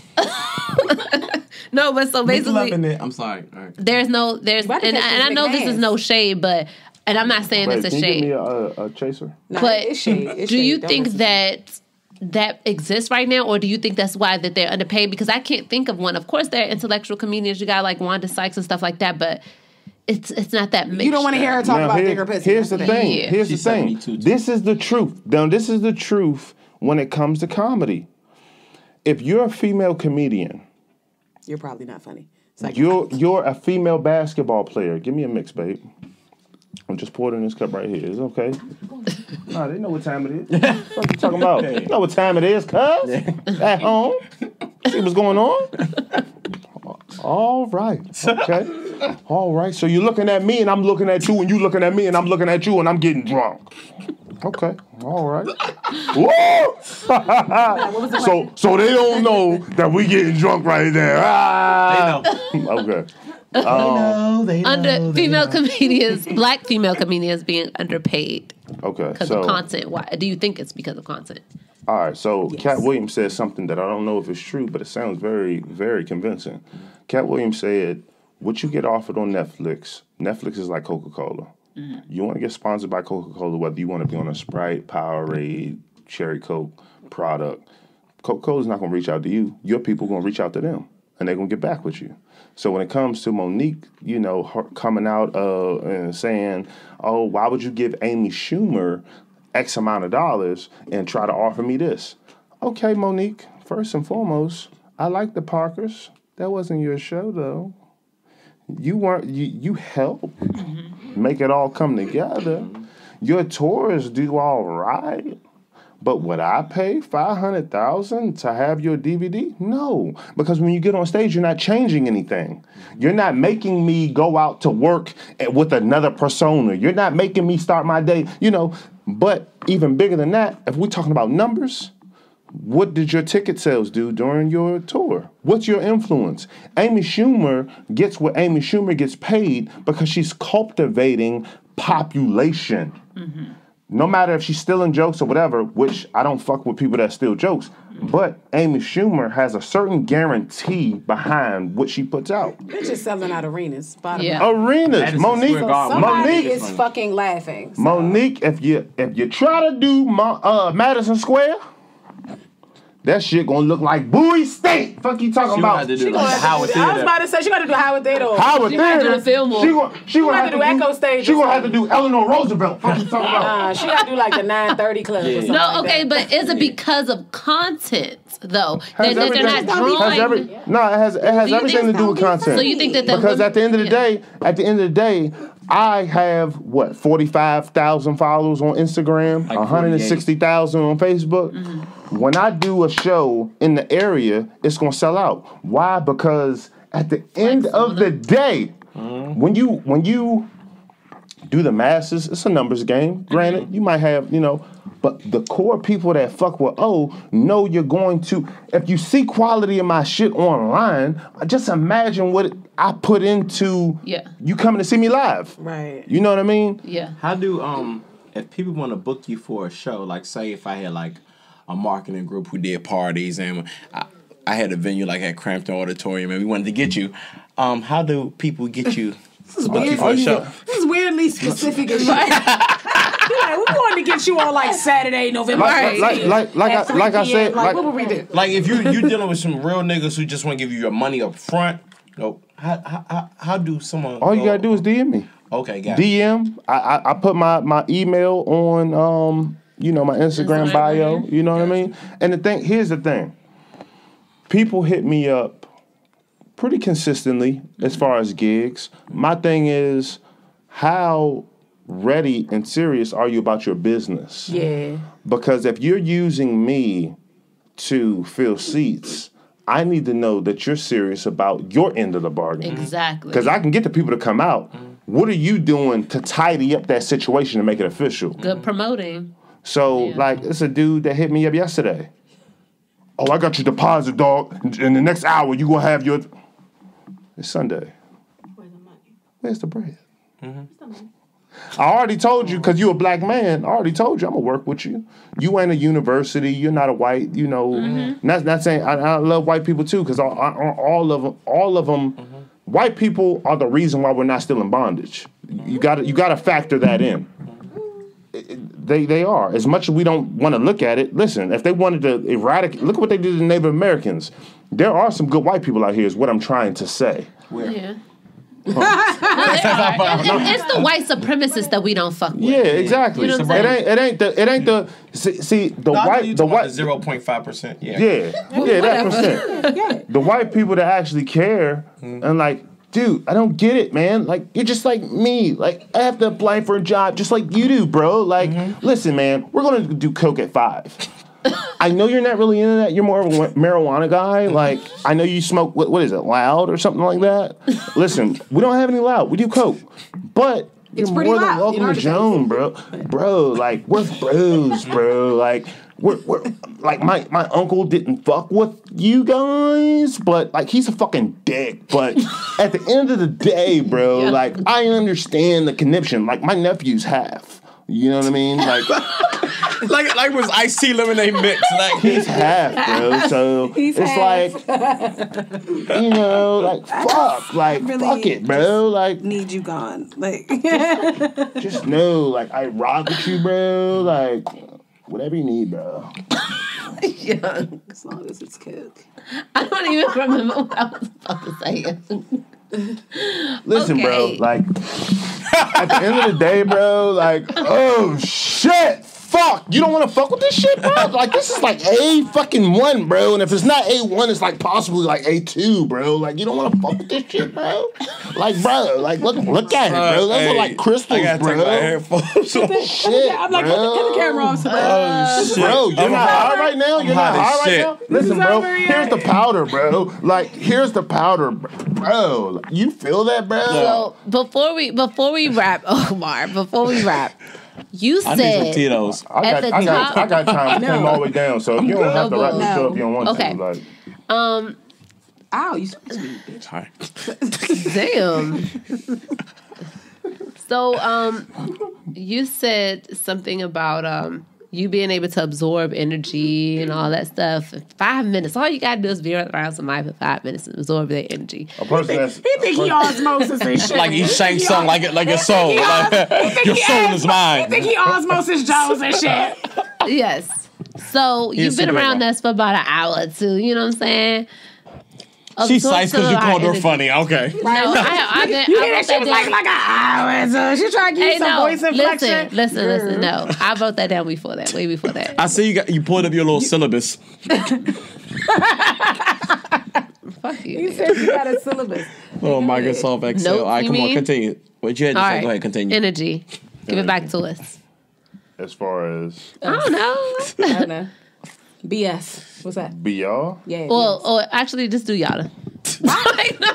She always pandering me to the masses. She thinks she a pimp or some shit. Always pandering me to the masses. Mo, I just be minding my business. No, because she's single. Okay, can I ask a question? Yo, hold on, How wait. you know I'm single? I do that because, and let me say this let me applaud you here. So, as a woman who is engaged, it is damn near impossible to network in this industry with men because there's no possibility. So she pimps me out, is what she's basically saying. So she's single. You know, a lot of men just need a possibility of ass. You know what I'm saying? Yeah. So that's the 5%. Possibility. I'm a 5%. But that's where I was too. Like, my whole thing was with my brand. It was like, okay, I know you get further along when you let people inside your life. Me and her have been together on and off for the past 5 years. My whole thing was I'm an attractive male. Mm-hmm. When it comes to my appeal, I know when I look at my analytics, being a handsome black guy and being funny, the women that are, because there's always more women than men. Yeah, women are more consumers. You know what I mean? In every aspect. In every aspect. So it was like, okay, I don't really want to, even though I love my girl and I try to make sure me and her are on the same mindset, we have a objective and strategy that we need to complete. Right. But it was like, once I got into myself and where I need to be, I was like, you know what? Fuck it. It is what it is. Because I would keep her more distant. Because it's like, babe, ultimately, I'm doing this for us. If you stay out of the picture, people will have a clear view of what they think they think. She a real one. She is. But as of recently, it's like, listen, as much shit as she been through, as much shit as we gone through, like, I elevated to the point where it's like, fuck it. If you want to be in whatever you want to do, matter of fact, I encourage you to, let's make a video together. I encourage you to give me input, which she's always done, even though there's times where it's like, Omar, you got this, you can do it. I'm like, no, babe, I need your input because you're a different mind. Two brains should be better than one. Right. So, the whole, being single and all that definitely played a part. And for most people, it plays a part because, especially, when you feel as though you have sex appeal. If I was single, with you being on the show, being single, there are definitely people that are going to tune in. Oh, shorty, light skinned shorty. Let me tell you something. They're going to come after you. And niggas be like, after you crazy. Omar, niggas only be like this much single though. I'm not even that much single. But look, you don't even got to be single for niggas. You could be married for 40 years. It's more so when you're single because I feel like it's just me networking, getting people to come on the show. Like certain things, because I have a ring, people like, okay. That's why I applaud Omar because I didn't get any of that energy. It was just straight up like, all right, let's do work. Let's do something. Because it's just really hard. Like, niggas have to have that possibility of some cheeks somewhere down there. I mean, when it gets men are the truth. Men are post my bathing suit pictures on men IG are men. and puts promo underneath my butt cheeks. Especially, here's my thing. A lot of dudes, especially if you're not dealing with them and they're already stars, when like me, my whole thing is I'm learning anything that could possibly make me a better person. I want to gravitate to that. So you're going to meet people that don't have that same mindset as me that are starting to emerge as stars through social media. I don't want to say any names, but when you reach out to them to do interviews and things of that nature, they're more so still wrapped into the whole allure of what comes with being popular. These niggas will get 3,000 followers and be beside them fucking selves. Absolutely. Like, what? I mean, but how much is paying? Like, So I went to a boxing match. They had a big fight at Bowie State. It was the first, big fight that they had at Bowie State yesterday. And, as soon as I get there, people are like, yo, that's Hilarious Omar. Yo, let's take a picture real quick, bro. You're not too cool, bro. Hashtag. Are we still recording? Hold on. Just want to let you know, I am going to take a picture with you and say, me and my bro are working. Yeah, you my bro, though. You my bro. At least it's official, though, this time. Hashtag bro. You see me working. We eating. So here's the thing. Here's the thing, though. Unlike some of these other people that will fucking carry the shit out of you in public, I am like, especially if you're a black man and you notice me, show like it's okay to show love, bro. Because I'm gonna give that energy you give me. I'm gonna give it right back to you and let you know we are the same. We possess. I might be a comedian. You might be an engineer, but you might be doing something other than engineering. But I want that transfer of energy to connect. Right. The spirit that I possess. I want you to feel the same thing. Yeah.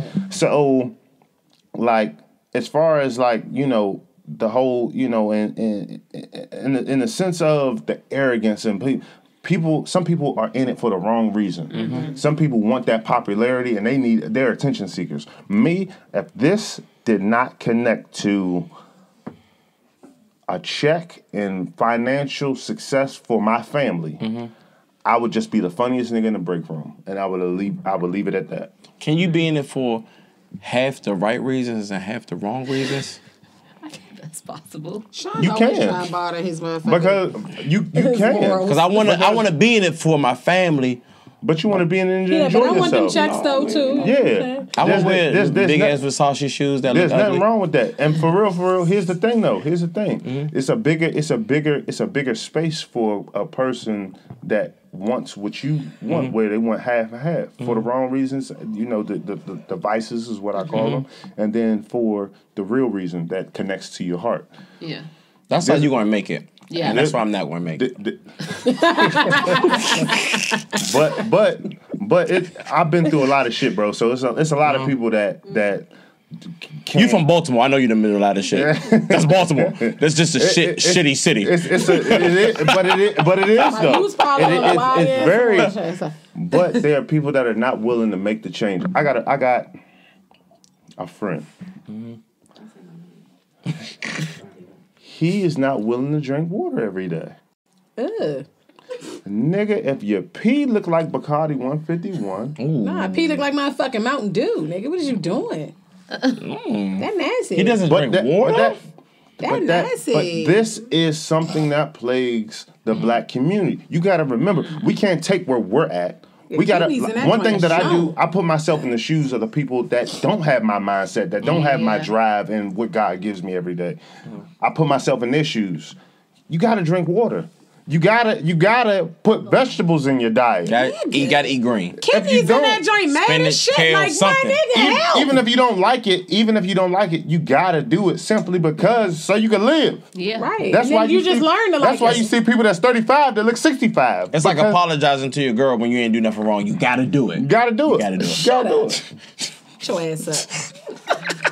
How you gonna drink water though? Water. I'm sorry, babe. I ain't do shit wrong, but I'm sorry. And refreshing and delicious and cleansing water is though. Water is good as shit. Like, dog, I drink like a gallon a day. Yeah, even when you gotta boil it from the faucet, you know what I'm saying? Still good. Nah, I cop the Jones from the grocery. But I mean, I drink like a gallon a day.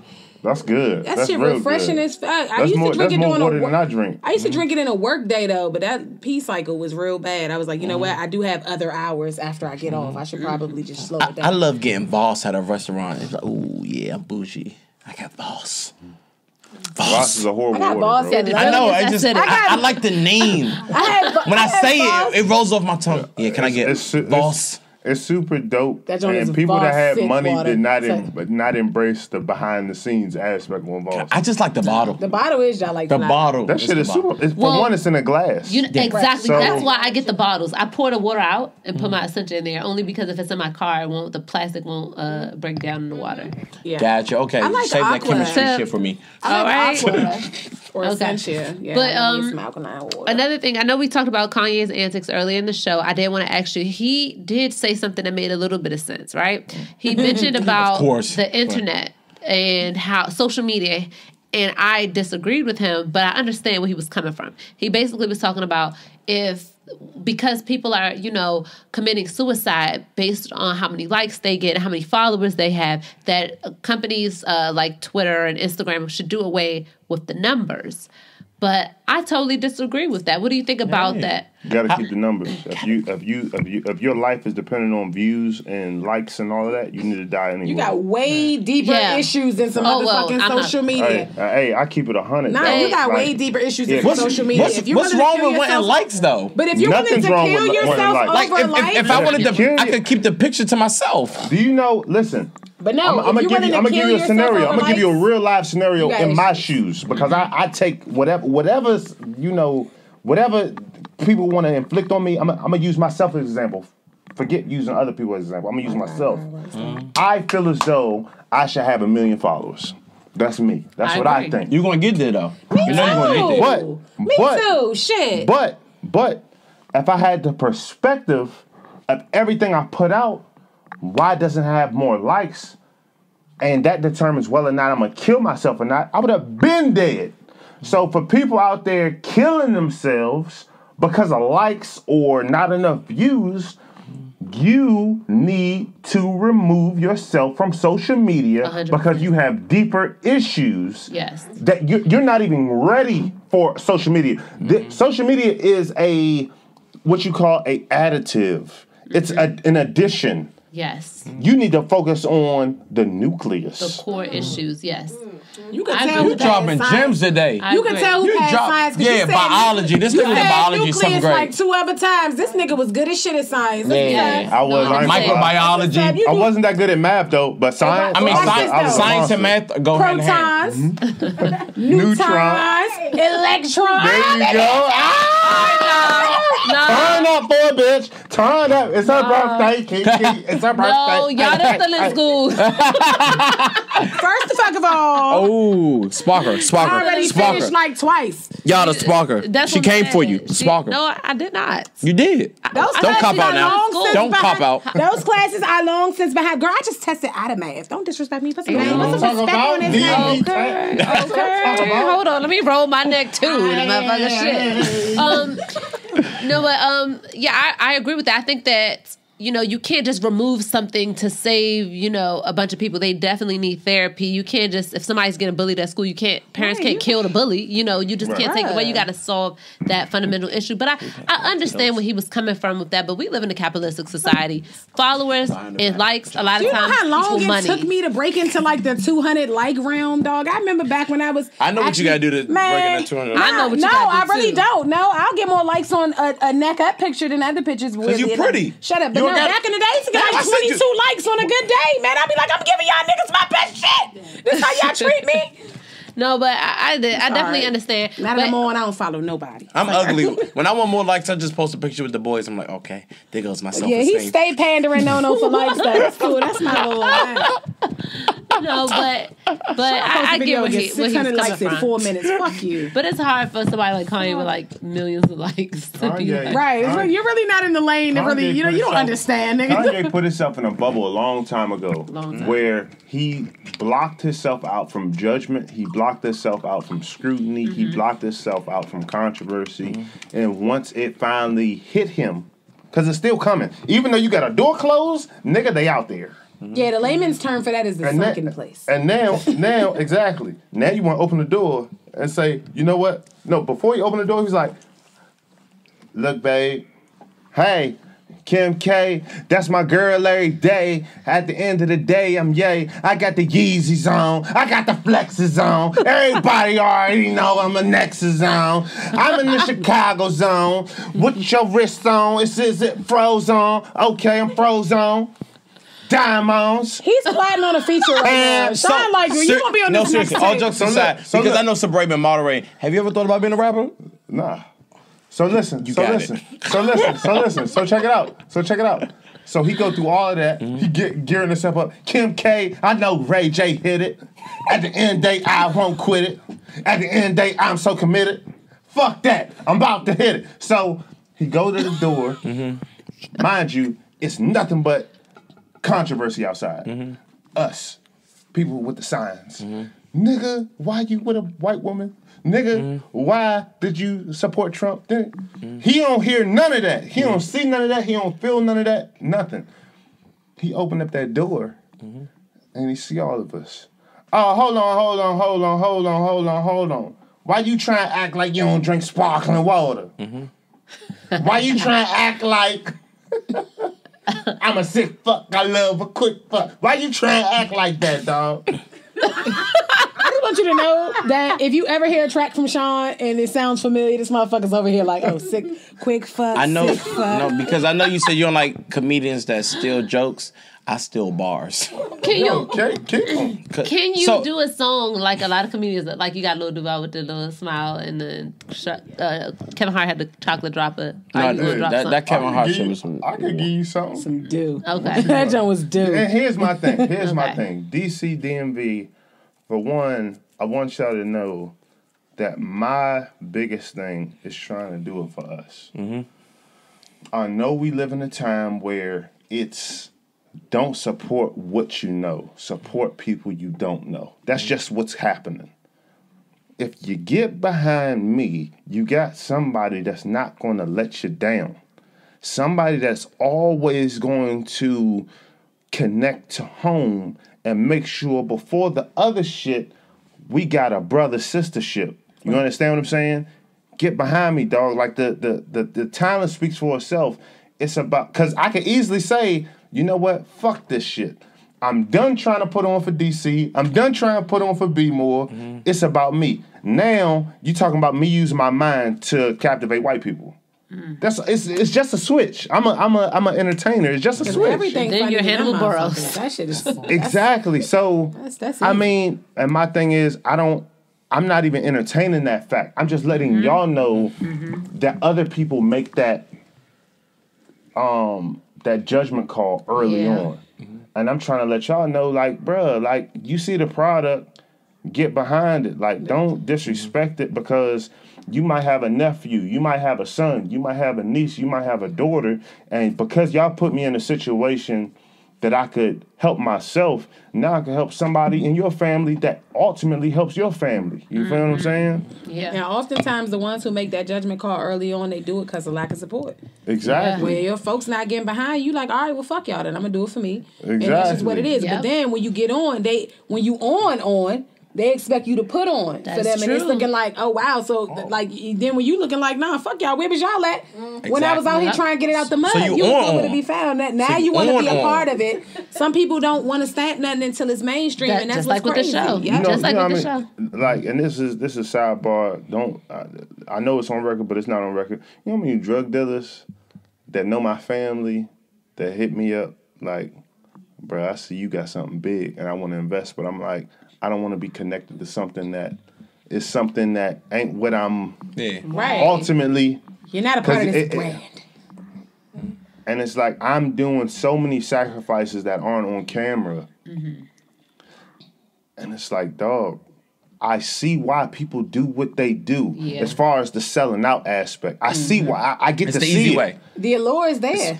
So it's like, I'm trying to hang in there as best as I can. Yeah, respect. Do that so shit. that my people, so no matter what, if a white man say he ain't signing a check, I know that I ain't gonna get disrespected by my black people, because we disrespecting the white people that disrespect us. Kanye, the Louis Vuitton Don, I used to be that, but then I finally got I'm from the Chi, but I connected everybody. Everybody look at me like I'm just everybody. That's what I'm trying to do. That's what I'm going through. Everybody don't know what the fuck Kanye going through. Son, let me I'll tell you this, he can sing, dance, and he can rap. I can see. I can see. Oh, he Nipsey's Tootsie Roll. God damn, you would take his motherfucking cup. He Nipsey's Tootsie Roll tab too. Oh, Dance. Tootsie Roll. Hey. Get it out. Get it out. To the right. To the right. Was that also before your time, Sabrae? Hey, you were It's Renaissance not. man, real loud. Boy, I still know Yeah, you about was it. 3 when that song came First out. of all, I'm 26. You were 3 when the song came out. That's fine, but I still know how to get, you know what I'm saying? I ain't gonna lie. I work out 5 days a week. The only days off I take are 2. Me and my girl. I seen you was kind of cut. I thought the pecs came with the shirt. You know what I'm saying? Like a helmet. Like you had like he had a Superman on with the built-in hands and shit. Nah, I used to be an athlete. Like I played. What sport you play? Basketball. Field hockey? Oh. Lacrosse. What you talking about? Nah, when I was 11, I used to go. I grew up in Atlanta.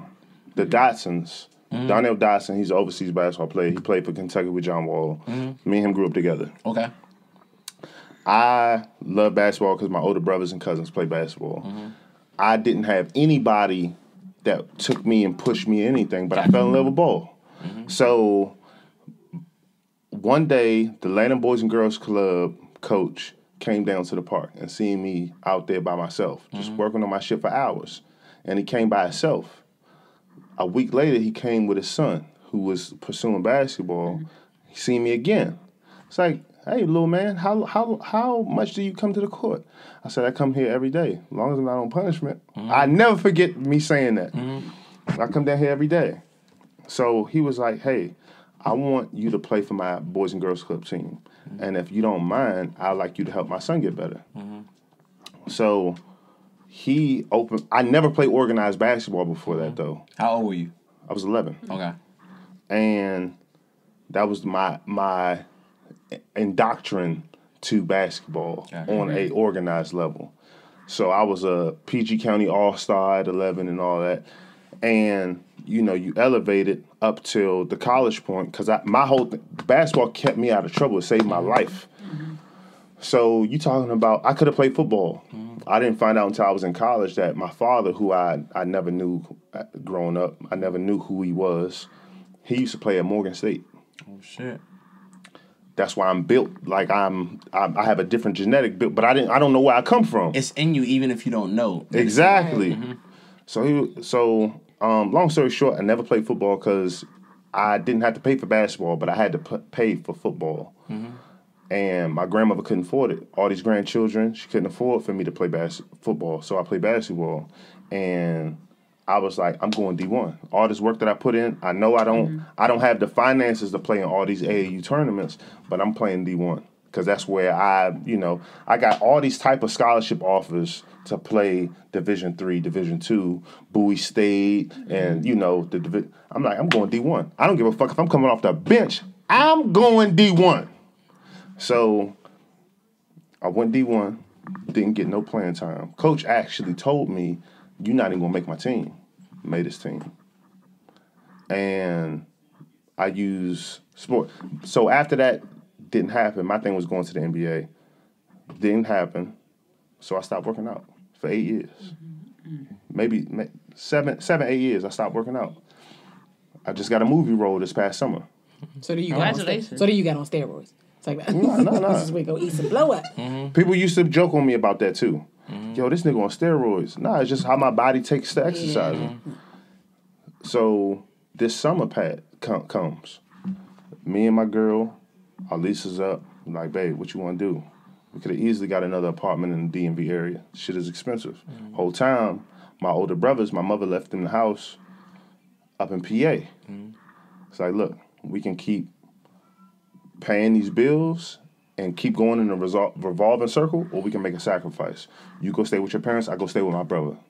We'll be able to save bread and do the things that we need to do so that we can elevate and finally be. Yes. So this is a major sacrifice that I'm going through right now. That's why I'm where I'm at mentally. And that's what it's all about, though. Like, you gotta be willing to do that. So we made the decision to do what we did, and now I'm here. Well, hey. We would have never been making it right. And I work out 5 days a week because of it. Because before that, you talking about 6, 8 years, I ain't fucking with that shit. Don't fuck with that football shit. I got the frame and all that. Some CTE. You exactly. we go to the gym 5 days a week because it's something that we thought we couldn't do. And I'm like, babe, knowing what I know as far as exercise and knowing what I know as far as what we both want to look like and feel like, I am going to be the leader. Now, she's my God. But by me being, let's say you're the president of the United States. If you were the president of the United States with zero support behind you, you think you would keep that position that long? You got to have support. So if that's my God, and I say, I am going to take you being my God and make sure you are stable, I'm going to do the necessary things that I got to do around that to keep you built up. Yeah. Because that's going to keep me built up. So we go 5 days a week. We go hard. And since it's only been 3 months. I used to be flubbery, y'all strong as shit. I wouldn't have been able to wear. Your collar tight as shit. Y'all strong as shit. I'm like, God damn. I'm about to say, I can tell you be working out. I'm trying to finish. You vascular? Look, you got a vein and shit. I'm trying to, but here's my thing. Remember the last time I seen my vein? Here's my thing. Sex sells. So me and my girl have already had the talk. Sex sales. So my thing is, I'm trying to get myself in a position where as though I could do funny videos that cater to desires of women. And even niggas don't support women support. Exactly. Number one consumers. Everything needs to cater to women at this point. So when you put your arm out and then you popping the vein out in your shirt, you know what I'm saying? Bam, there you go. These niggas and they vascularity. Meanwhile, we over this joint just trying. I know. I do know that every time we've been to you got to, bro. You're not going and that's another thing. I'm putting this out there. If you want a celebrity trainer, let me train you and mold you into the person you're supposed to be. Okay. I'm gonna put that out there. Just send me a DM. Hilarious on my TV. That's what you supposed. Brand yourself. That's what you're here for. Yeah. I need somebody to like make all my food. Girl, we just getting lipo. Bro. Don't you even worry about that. Yeah, we doing that. Me and Yatta we teaming up. We getting lipo 2-for-1 special. Don't do that. Don't do that. Don't do that. Don't do that. Don't do that. You're not getting no influence. The problem is when I want to go to the motherfucking car. Them 3 wings with mambo and them fries with salt and pepper ketchup, and I had to have. You got Lucky Star? Yes, man. Where's Mom? My nigga. Mom ain't been a Lucky Star. We need to get these Asians the fuck out of here. Black people, we know how to. Hold on. First of all. What Asians? The ones that Lucky Star and beyond. Like, first of all, the Lucky Star Asians treat me amazing. I am not going to sign that petition. Get them out of here. So you just going to ship down the way? Black people know how. We can learn how to make shrimp fried rice. Who the fuck fried chicken better than Asian people? I did make mambo. You crazy. And that shit was torch. I ain't For gonna the black people that don't support, how do you say it in English? Man, who gonna get my coffin shaped like this? No, I did make mambo from scratch one time. That shit was torch. I ain't even gonna hold you. What's the best fried chicken you ever had? My grandmother's. Yeah, it's not better than Asian. So anyway, continue. You got I thought you was gonna say like Bojangles or some wild shit like that. Listen, you're unbelievable. Listen, do not eat the food that we don't choose. Man, I'm getting 3 wings when I leave here. Y'all got me. Hey, I'm getting low key though, I will say y'all need to check the cleanliness. Y'all need to, those places. Y'all need to check the grades of what they give. Because I don't give a fuck. They could be frying fucking. The dirtier the carry out, the better the food. I don't want no clean carry. The more nasty the food is, that clean carry out. The more homeless the cat is, the more I want it. I don't give a fuck.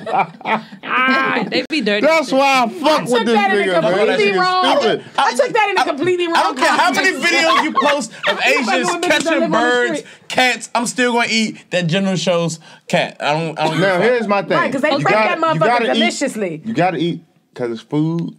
I don't eat that shit, but oh, excuse me. That's why you fit, and I gotta wear planks. Is it cold up there on your high horse? Like, I don't eat that shit either. No. I'm eating me some motherfucking General Tso's puppy like shit. Now check it out. Here's the thing. I don't got a problem with what we eat because we gotta eat. However you do that, because you can work out and eat what you want, depending on how hard you're willing to go. And that's a fact. I'm not willing to go that hard, but go ahead. Yeah. No problem. Stay fat for life. Hashtag fuck that shit. Here's the thing. When it comes to the hair and the weaves and the lace fronts, if we're going to do something that is perpetuating a culture that is allowing other people to make bread, make sure that we put ourselves, okay, let's say the first 6 months you support an Asian motherfucker down the business. Make sure you gaining info, because this ain't going to be the last time you put this in your head. Gain info, create your own business. Because believe it or not, there's a lot of people that are black like us that don't have the belief in themselves to create that business, but they would support it. Yes. Right. So with the Asians saying, oh, these blacker women. You know what? They can't stop this. I get my weed from her imports. Them bitches is black. You know? Where they get it from? Fuck a blacker import. It's not coming out of black bitches' heads. You know what I'm saying? We Asian. We got the like a blacker hair. No. So we're gonna do whatever it takes to get you the around Brazil. I got you. I'm about to cut being on here. Thank you. I've been wanting to make a bob out of that shit for like 2 years. Nah, but no bullshit though. Like you gotta leave the. Eventually, because my whole thing is nothing's more beautiful than black naturalness. Like if it came to naturalness, me and her wouldn't even have been together. But me and her got together. I feel you. My roots is puffy right now. I went raw. Yeah. Anyway. These joints was flush when I got here. Roots swole and shit. Go ahead. Go ahead, Emma. No. That's a very controversial piece. I'm waiting to get about 20,000 more followers so I can really dig in. Yes. No. Just do it. No. Okay. See, Puffy. You feel the cornrows? Oh. No. That's her natural hair. Yes. No, this her.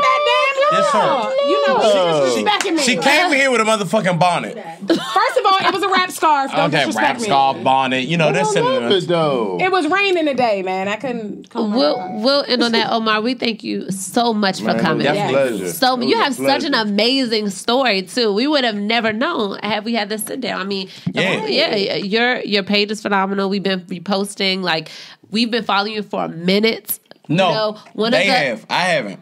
Oh, well, I know. Look, you said realness. I said when Sabrae said here, I said, what we invite that nigga in here for? Hey, but when I told Yatta to post something, I said, Yatta, make sure you do post something. I had that video in my phone from like a year ago. I ain't even gonna hold you. It's probably, if I scroll further enough in my Instagram, it's probably on there again. Yeah. But that shit was funny as shit. What I do? That nigga said, you know I ain't go bed back. I put that on mothers. The nigga said, man, Sharkeisha was a rolling like shit. All I said was, I'm trying, yeah. She was like, oh, yeah. And then she let me, yeah. I was in tears. 48 hours joint. Yeah, they was on my ass, me fucking dying. And my fiance is in law enforcement, and that first 48 DMV. Just, you like that? Yes. Okay. Hey, if you're not for police like that.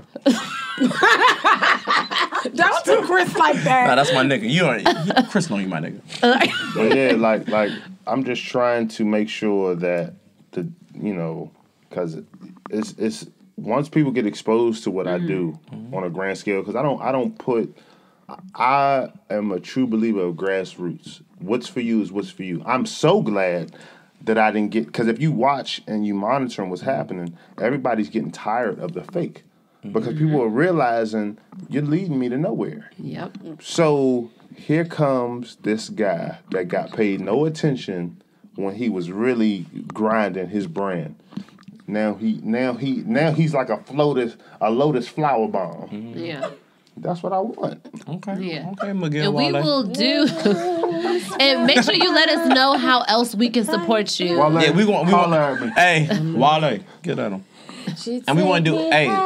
We want to do whatever we can to support you. Absolutely, because we love to support Black. Energy. We love to support our hometown heroes. Like, this is what we're here for. Like, this is the platform for that. Yes. So, and especially when it's solid too, and it's not some bullshit. Yeah, we appreciate it so much. Yeah. It do be. Yeah. So thank you again so much for coming, Omar. We hope that you come back. I know you travel a little ways, but we hope that you come back one day. Appreciate it. Honestly. Some fucking cheesesteak. Yeah. Right. Couldn't stop at my fucking issue. And them jokes are banging. I ain't gonna lie. Them cheesesteaks is something else. Yeah. All right, y'all. They might got us something. Thank you so much for watching. No disclaimers. Omar, can you give us the outro? I know you have an event coming up. Check it out.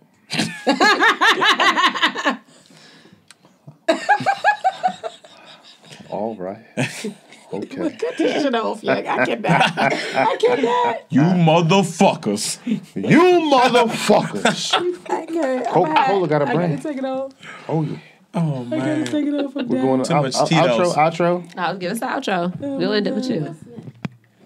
It's time. What should I hit him with? Don't worry, whatever. We're going to edit the good part and the bad part. So it don't matter. Hey, man. We editing the shit. I'm just going to say, man, continue to support, DC, DMV, period. Yeah. Period. And then you can close it up. Hilarious Omar TV, man. Thanks a lot. Appreciate y'all. Man, let me close.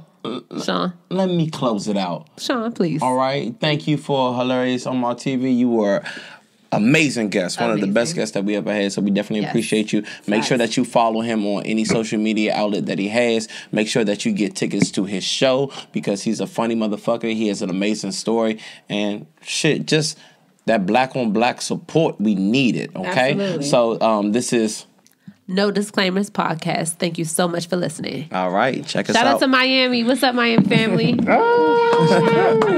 understand?